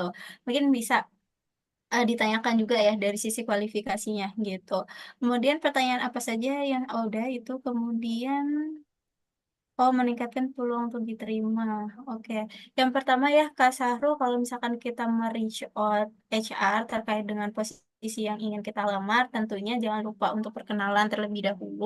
Kemudian eh, bisa nih Kak Sahrul itu memberikan background sedikit gitu ya dari Kak Sahrul yang bisa membuat Kak Sahrul ini dilihat berbeda gitu ya sama HR-nya. Nah, misalkan gini, ada yang pernah nge-DM aku, misalkan bilang gini, perkenalkan gitu ya, ya sebelumnya salam kenal Kak, saya Sahrul Irfandi, saya merupakan lulusan dari ini, kalau misalkan backgroundnya memang relevan ya dengan Kak Sahrul yang ingin apply gitu posisinya. Kemudian bisa nih Kak Sahrul juga ngejual terkait dengan skill apa sih yang Kak Sahrul miliki gitu. Dan Kak Sahrul bisa bilang juga saya tertarik nih dengan posisi yang Kakak share gitu ya. Misalkan atau yang Kakak posting untuk posisi A gitu. Apakah kita bisa discuss lebih lanjut Kak terkait dengan posisi ini? Itu juga bisa sebagai langkah awal gitu ya Kak Sahrul.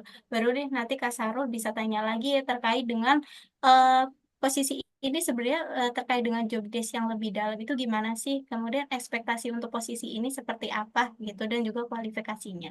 Itu sih Kak Syahrul. Mungkin ada pertanyaan kembali Kak Syahrul atau mungkin kurang jelas dari penjelasan aku.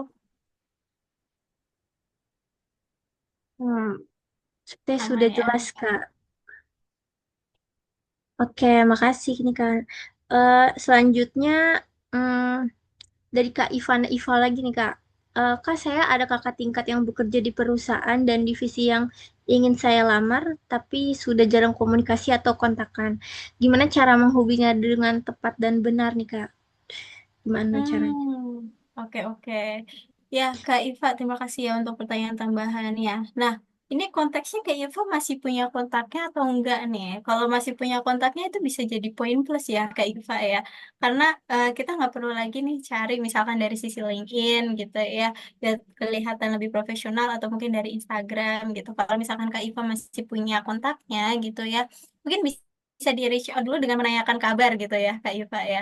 Jadi nggak hanya kita langsung tanya terkait dengan info loker, tapi kita tentunya bisa membangun ini dulu gitu ya, apa namanya istilahnya relationship dulu gitu ya, yang mungkin sudah pernah terputus gitu ya, itu kita bisa bangun lagi. Yang pertama tentunya bisa kita menghubungi dan menanyakan kabar dulu nih gitu. Kemudian untuk saat ini mungkin bisa dikonfirmasi masih kerja kah di tempat itu gitu dan bisa nih langsung dimasukkan dengan maksud Kak Iva ya menghubungi misalkan Kak Iva lagi tertarik nih misalkan di bidang ini gitu dan memang lagi explore di bidang itu dan udah ada nih skill juga gitu di bidang itu apakah mungkin di perusahaan temennya Kak Iva gitu ya atau kakak tingkatnya Kak Iva adakah mungkin terbuka untuk posisi tersebut gitu jadi istilahnya kita basa-basi dulu gitu ya Kak Iva sebelum nanti langsung pack locker gitu kan itu kan agak kurang sopan gitu ya bercanda ya jadi itu sih paling ya Kak Iva kalau menurut aku apakah udah jelas atau mungkin masih kurang jelas Kak Iva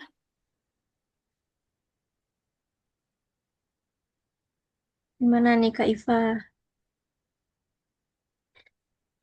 atau Sepertinya mungkin sudah, Kak Iva mau open mic juga boleh iya boleh.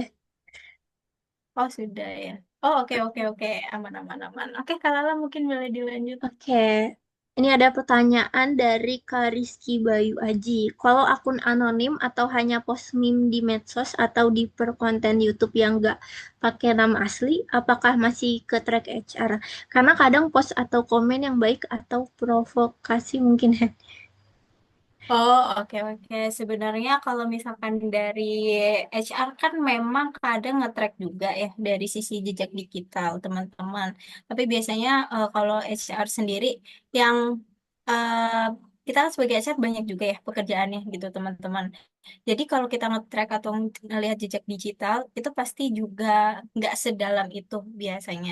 Tapi kecuali untuk posisi yang memang kita butuh untuk melihat lebih jauh gitu ya terkait dengan jejak digital. Jadi tergantung nih posisinya gitu teman-teman. Tapi kalau dari sisi aku karena aku memang butuhnya itu bukan yang terlalu gimana-gimana. Jadi dari jejak digital pun kita ngelihatnya dari sisi ini ya terkait dengan nama lengkap gitu nggak sampai dengan akun anonim juga. Jadi yang penting kalau misalkan teman-teman kadang post atau komen terkait dengan hal yang lain gitu ya atau mungkin hanya untuk fun aja gitu sebenarnya nggak masalah gitu teman-teman.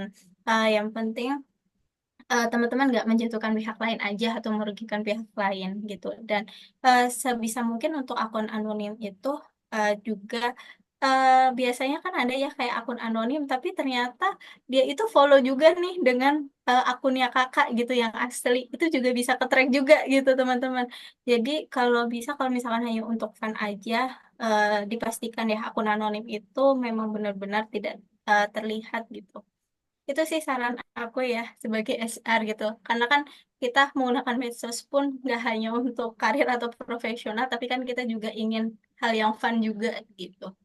Itu sih. Oke, gimana nih Kak Rizky Bayu Aji? Apakah sudah terjawab? Oke, terima kasih Kak. Pertanyaan selanjutnya dari Kak Syarul Irfandi nih Kak. Kak, supaya profil LinkedIn lebih profesional itu, apakah foto harus selalu berdasi atau berjas, Kak? Oh oke, ini mungkin tadi udah aku jawab ya kalau ketika aku review LinkedIn Oh gitu iya, terkait dengan pertanyaan Kak Sahrul sama Kak Rizky tadi gitu ya. Mungkin boleh di pertanyaan selanjutnya gitu ya Kak Lala. oke. Ini untuk Kariski Bayu Aji, untuk skill di LinkedIn atau personal branding, mending fokus satu skill atau banyak skill? Oke, tadi sebenarnya aku udah mention juga ketika review LinkedIn, tapi nggak apa-apa, mungkin aku bahas lagi gitu ya. Kalau untuk personal branding sendiri, karena memang passion kakak di bidang A gitu ya, dan memang yang relevannya dengan satu skill tersebut, mungkin bisa difokuskan di satu skill itu gitu ya, biar kelihatannya itu relevan gitu dengan eh, posisi yang ingin kakak apply gitu, atau mungkin dengan aspirasi karir kakak ke depannya, karena di situ bisa dilihat lebih profesional. Tapi bisa dilihat lagi nih dengan skill yang lain, apakah itu bisa menjadi poin plus atau juga atau enggak gitu. Jadi Kak Rizky bisa nih melihat atau menganalisis lagi ya terkait dengan posisi tersebut gitu. Kalau memang skill yang lain itu bisa mendukung, itu bisa juga dijelaskan, tapi mungkin tidak usah terlalu di highlight gitu ya. Yang di highlight adalah satu skill yang memang relevan gitu sih dari aku. Itu mungkin tambahannya ya kalau Oke.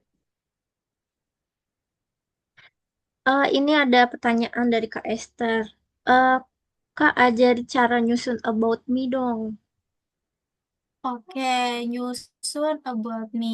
Nah, mungkin kalau untuk nyusun about me ini nggak usah panjang-panjang gitu ya, teman-teman. Karena kita sebagai HR pun kadang bacanya juga hal-hal yang penting gitu ya, hal-hal poin-poin yang kita cari gitu dari profil teman-teman gitu.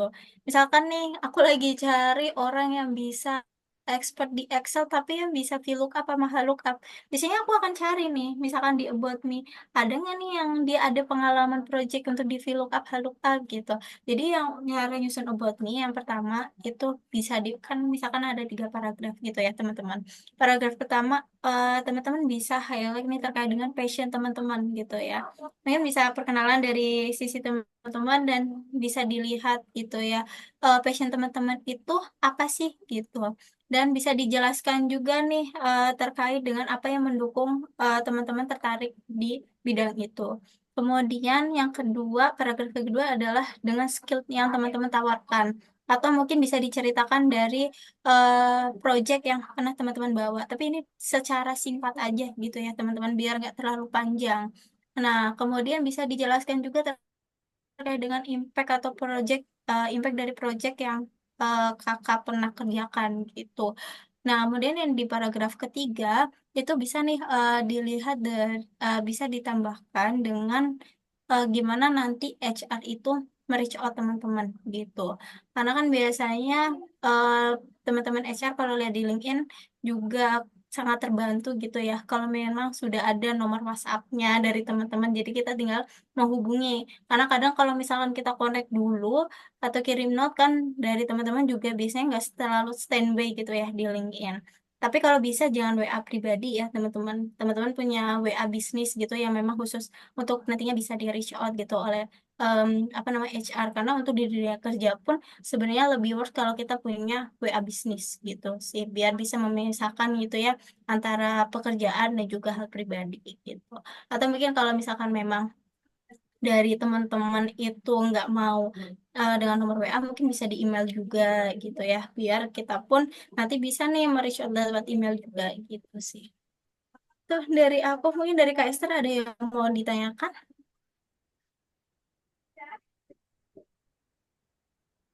Sepertinya sudah terjawab, Kak. Oke, sebenarnya udah terjawab ya. Oke, Eh, oke. ini ada pertanyaan dari Kak Gina nih, Kak. Izin bertanya, Kak, kalau pengalaman magang itu apakah bisa disebut sebagai Hmm. pengalaman kerja? Ya, ya, sebenarnya sih tadi udah terjawab ya. Kalau untuk pengalaman magang sendiri itu bisa eh, disamakan dengan pengalaman kerja karena kita tahu sebagai HR gitu ya. Pastinya kalau untuk seorang yang fresh graduate itu dengan pengalaman yang memiliki pengalaman internship itu sudah dibilang bagus gitu ya, teman-teman. Berarti ketika teman-teman selama masa kuliah, teman-teman aktif, kemudian kalau misalkan nih untuk internshipnya memang setelah after graduate juga nggak masalah gitu. Yang penting teman-teman punya pengalaman di dunia kerja gitu sih. teman-teman. Dan kalau misalkan memang nggak punya pengalaman internship juga gitu ya, teman-teman bisa juga ya tadi seperti yang sudah aku mention juga di awal, bisa juga ceritakan terkait dengan proyek-proyek yang teman-teman punya. Yang penting teman-teman itu menjelaskan gitu ya terkait dengan tugasnya teman-teman di sana itu apa, dan actionnya seperti apa, dan impact-nya itu yang paling penting. Gitu.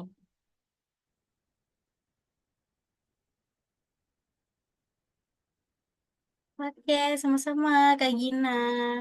Oke, Kak Lala, atau mungkin ada yang mau bertanya lagi, Kak Lala? Oh ya, nih teman-teman gimana nih? Ada yang mau bertanya lagi atau enggak? Yang mungkin teman-teman yang mau bertanya langsung juga dipersilahkan ya, nggak hanya lewat dari chat aja. Oke, langsung Nih, ada dua pertanyaan nih, Kak Lala. ya. Ini nih Kak, dari Kak Rizky Bayu Aji. Kak, saya sering nyantumin nomor HP pas lamaran dan saya aktifin mode silent buat telepon karena sebelumnya baik nomor telepon spam. Tapi khawatir juga kalau ternyata ada telepon panggilan kerjaan. Bisa kasih solusi nggak Kak? Apakah perlu saya beli nomor baru khusus buat kerjaan? Oke, ya Kak Rizky, karena tadi ya seperti yang udah aku bilang di awal, karena kita kalau misalkan mencantumkan nomor itu pasti riskan ya, kalau takutnya itu adalah panggilan dari pekerjaan. Makanya tadi aku menyarankan untuk bisa memisahkan antara pribadi dan juga pekerjaan gitu ya, untuk nomor sendiri untuk khusus buat kerjaan. Tapi sebenarnya Kak Aji, kalau sepengalaman aku gitu ya, kalau untuk HR reach out, biasanya mereka nggak langsung telepon, mereka pasti akan mengirimkan via teks dulu gitu ya, mengirimkan pesan via teks, ya gitu ya, mengirimkan pesan di mana pasti mereka akan apa namanya, mengundang Kak Aji ini misalkan untuk interview gitu ya, pasti mereka akan memperkenalkan diri terlebih dahulu, kemudian interviewnya mengajak kapan gitu ya, dan pastinya mereka juga akan konfirmasi gitu ya, apakah Kak Aji itu masih berminat nggak nih untuk melanjutkan proses rekrutmennya itu sendiri. Karena biasanya aku sebagai HR itu aku nggak akan langsung telepon gitu ya, tapi kebanyakan pasti akan mengirimkan via teks dulu ya atau pesan gitu melalui WhatsApp gitu. Tapi kalau misalkan dari Kak Aji mungkin merasa riskan gitu ya untuk nomor WhatsApp, itu bisa cantumkan email aja gitu. Karena kita dari HR pun biasanya mereach out juga lewat email, baru nanti lewat email kadang kita minta nomor WA-nya lewat email gitu. Gitu sih Kak Aji.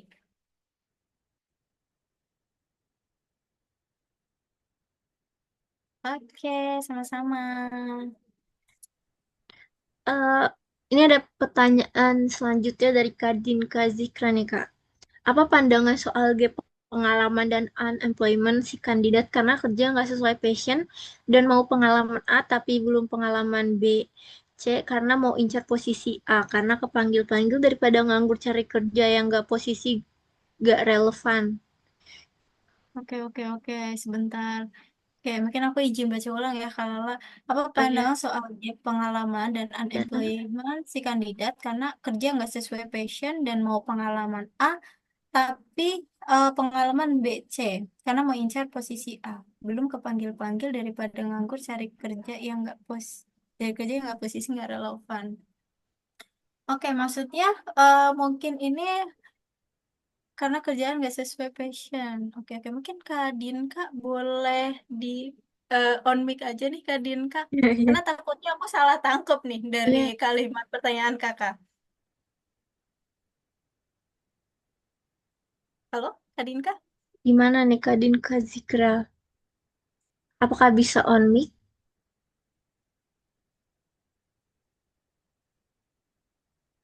Mungkin ini di keep dulu ya Kak. Bisa ke pertanyaan selanjutnya aja Kak.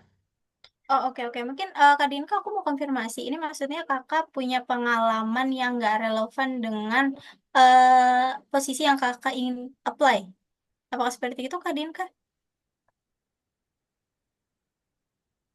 Mungkin boleh dijawab di kolom chat aja, nggak apa-apa Kak Dinka kalau misalkan memang susah gitu untuk on mic. Oke, mungkin kita sambil yang lain dulu gitu ya, kalau mungkin sambil menunggu nanti jawaban dari Kak Dinka ya. Eh, Iya, ini ada pertanyaan dari Kak Iva. Kak, izin bertanya lagi. Maaf jika di luar konteks. Apabila ingin melamar magang mandiri, ada MOU dari kampus yang perlu ditandatangani pihak perusahaan, cara komunikasikan ke HR terkait MOU sebaiknya saat interview atau saat kirim email ya, Kak.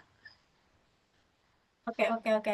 Oke, menurut aku kalau terkait dengan misalkan nih kita pengen magang mandiri ya, tapi ada MOU yang dari kampus yang perlu ditata oleh pihak perusahaan, kita bisa notice dari awal ya. Maksudnya kita bisa memberitahu dari awal gitu, Kak Yuva. Karena pastinya dari sisi HR akan membantu juga gitu. Nggak mungkin dari kita itu akan menghalangi gitu ya, atau mungkin nggak jadi gitu karena ribet nih pakai MOU gitu misalkan. Enggak, kalau kita dari para HR pasti akan membantu gitu ya, meskipun nanti butuh adanya MOU gitu dari perusahaan yang harus ditandatangani. Jadi kalau bisa di eh, apa namanya diberitahukan saja ya ketika kirim email gitu ya Kak Iva, karena biar kita pun bisa mempersiapkan juga gitu. Itu sih. Kak Lala. Kemudian untuk Kak Iva, apakah cukup menjawab atau mungkin ada yang mau ditanyakan lagi?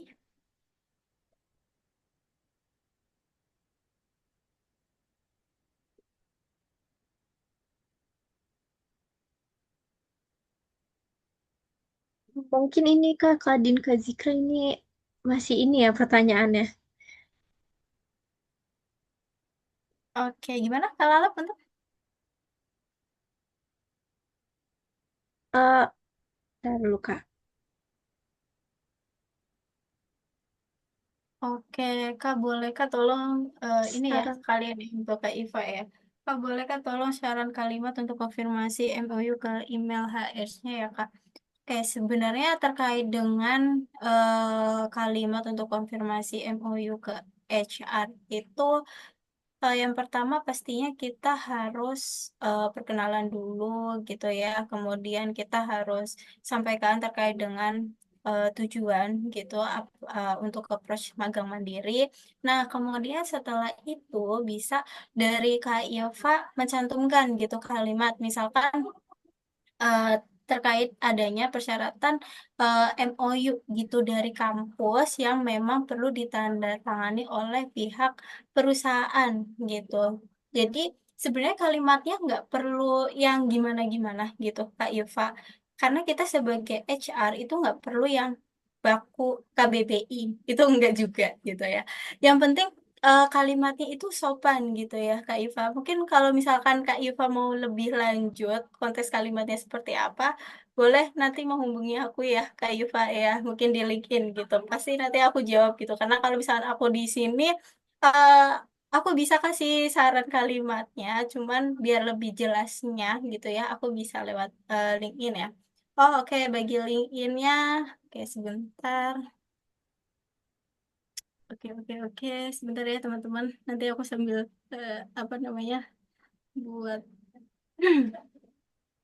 bagi untuk LinkedIn aku.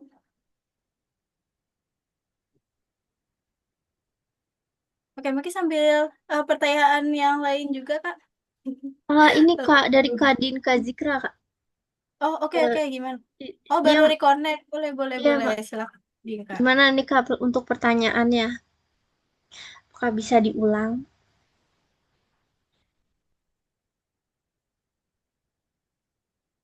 Oke, untuk LinkedIn aku udah aku share ya teman-teman gitu. Yang mau connect silakan. Kalau misalkan mau yang mau tanya lagi juga silakan gitu ya. Iya itu tadi pertanyaannya gimana? Bentar. Maaf Kak Din Kak Zikra, bisa diulangin pertanyaannya atau mungkin Kak Din Kak Zikra bisa on mic karena kita bingung sama pertanyaannya Kak. Oh, oke. Mungkin maksud dari Kadinka ini ya, tadi yang statement yang aku kasih terakhir ya, Kadinka. Kalau misalkan Kadinka mau apply posisi A, cuman pengalaman Kadinka nggak sesuai nih atau relevan gitu ya dengan pengalaman kakak sebelumnya. Eh, Iya benar-benar. Oh gitu, oke, oke, oke. Tapi ada gapnya gitu ya, mungkin ya. Oke, jadi kalau menurut aku sih sebenarnya kalau misalkan kakak memiliki pengalaman yang kurang relevan gitu ya terkait dengan posisi yang kakak apply, itu sebenarnya kalau memang dari pengalaman kakak sebelumnya nggak sesuai, itu bisa dimulai dari kakak punya proyek-proyek dulu nih, gitu, Kak, yang sesuai gitu ya. Karena sebenarnya kalau misalkan nih kakak apply posisi HR gitu ya, ini contoh ya, contoh dari pengalaman aku. Posisi HR untuk di bagian rekrutmen gitu misalkan, tapi ada nih yang ngedaftar di bagian admin gitu. Dan pengalamannya dia di bagian admin dan mungkin dia terakhir bekerja di 2023, sekarang di 2025 gitu dia apply-nya. Itu kan ada gap ya, teman-teman, dan pasti itu bisa menjadi pertanyaan dari HR sendiri. Apa sih kenapa sih dia itu terakhir kerja di 2023 gitu. Selama 2 tahun itu dia ngapain sih gitu. Dan dengan pengalaman dia yang kurang relevan kan pastinya itu nggak akan dilirik gitu ya sama recruiter ya atau para HR. Nah, jadi bisa juga nih Kak Dinka mungkin bisa perbaiki dulu dari sisi profilnya ya. Dimulai dari proyek-proyek yang sederhana aja gitu Kak Dinka. Yang mana proyek-proyek itu bisa mendukung profil Kak Dinka itu relevan dengan posisi yang Kakak apply. Karena kan sekarang banyak ya pelatihan atau course terkait dengan suatu posisi, misalkan di bagian HR, atau mungkin di bagian admin, atau mungkin di bagian digital marketing, atau istilahnya kita itu punya portofolio sendiri gitu. Jadi meskipun nanti pengalaman kita kurang relevan, tapi kalau kita punya portofolio yang bagus, itu enggak menutup kemungkinan untuk kakak bisa masuk di posisi tersebut yang Kak Dinka impikan gitu ya, atau yang Dinka inginkan, atau yang sesuai dengan aspirasi Kak Dinka gitu. Apakah itu menjawab Kak Dinka atau masih kurang jelas?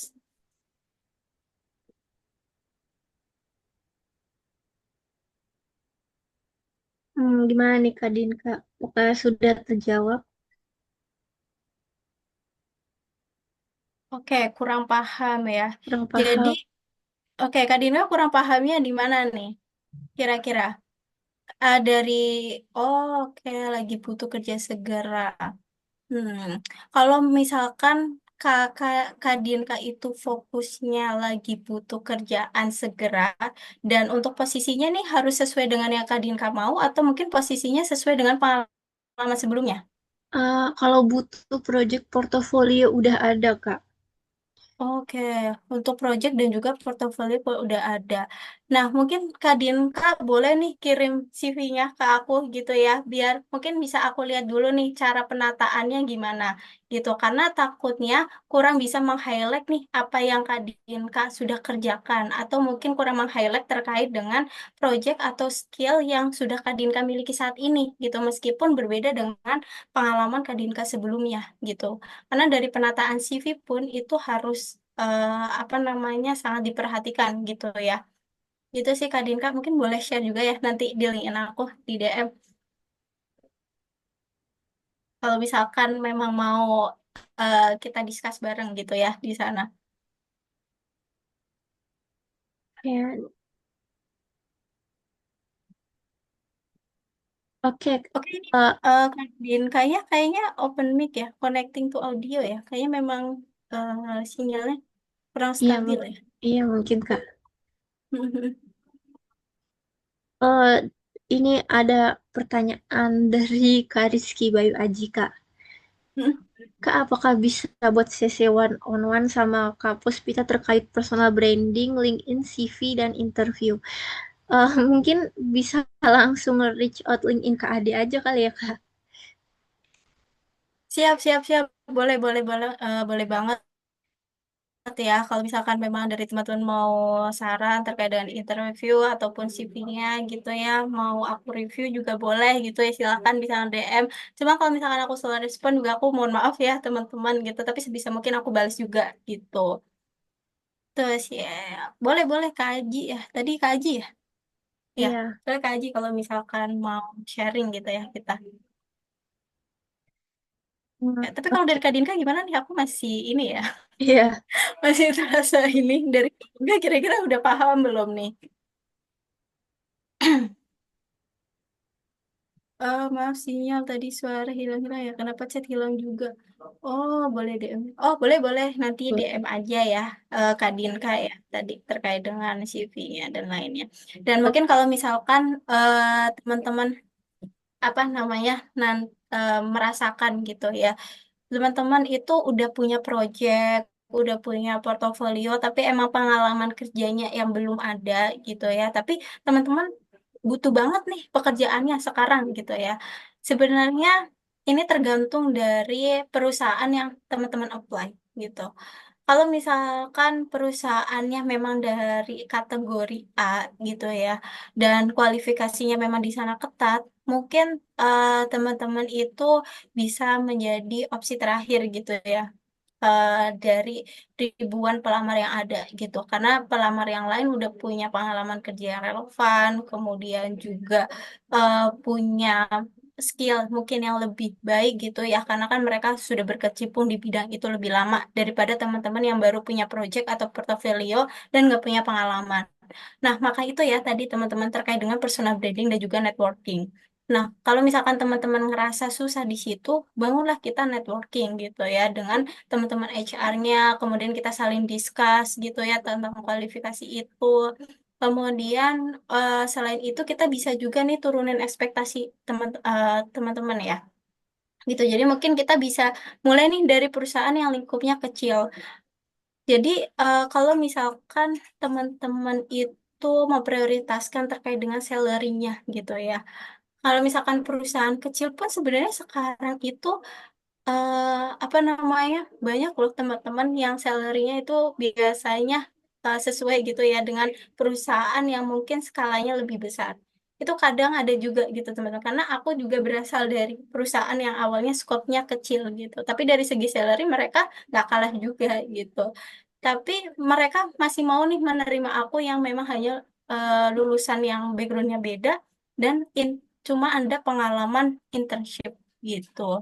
Nah, jadi kalau misalkan nih teman-teman merasa susah bisa diturunkan juga nih dari segi ekspektasinya. Jadi teman-teman bisa mencari pengalaman dulu karena pasti nanti terkait dengan salary akan mengikuti terkait dengan skill teman-teman gitu. Yang penting kita punya pengalaman dulu sih teman-teman yang bisa nanti kita jual gitu.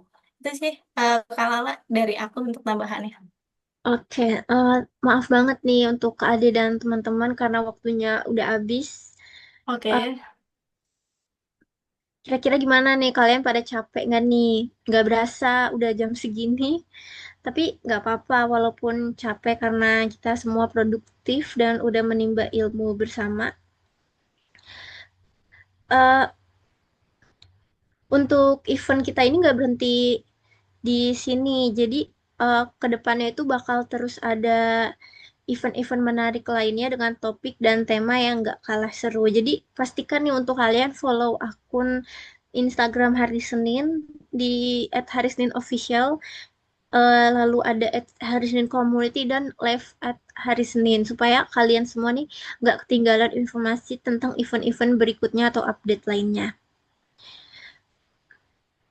Sebelum acara ini benar-benar berakhir, jadi selanjutnya ini ada sesi foto bersama. Jadi untuk teman-teman semua boleh nih untuk on cam, Teman-teman boleh nih on cam nih kita foto bareng nih di sesi ini. ya foto bareng.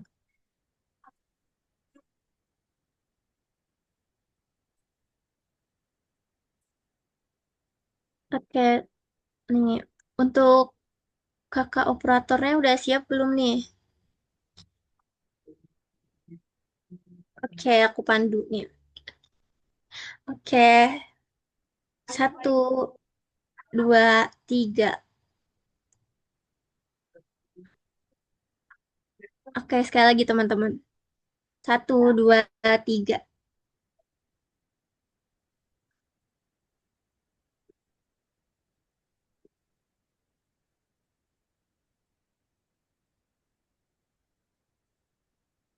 Oke. Untuk teman-teman, karena kita udah mau selesai nih, jadi boleh untuk teman-teman untuk absen and feedback time di chat, udah ada linknya.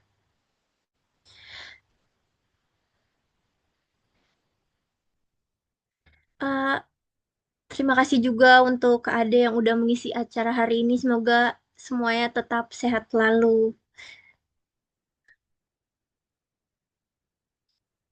Oke, Oke, terima kasih teman-teman semuanya. Semoga sukses selalu ya dan semoga bisa mendapatkan pekerjaan yang teman-teman impikan dan yang semoga yang sudah punya pekerjaan juga nanti kalau misalkan ada impian lain juga bisa tercapai ya teman-teman. Oke, kalau misalkan yang mau berkonek dengan aku silahkan ya dan yang mau nge-DM aku terbuka. Oke, selamat malam teman-teman iya, semuanya. selamat istirahat semua.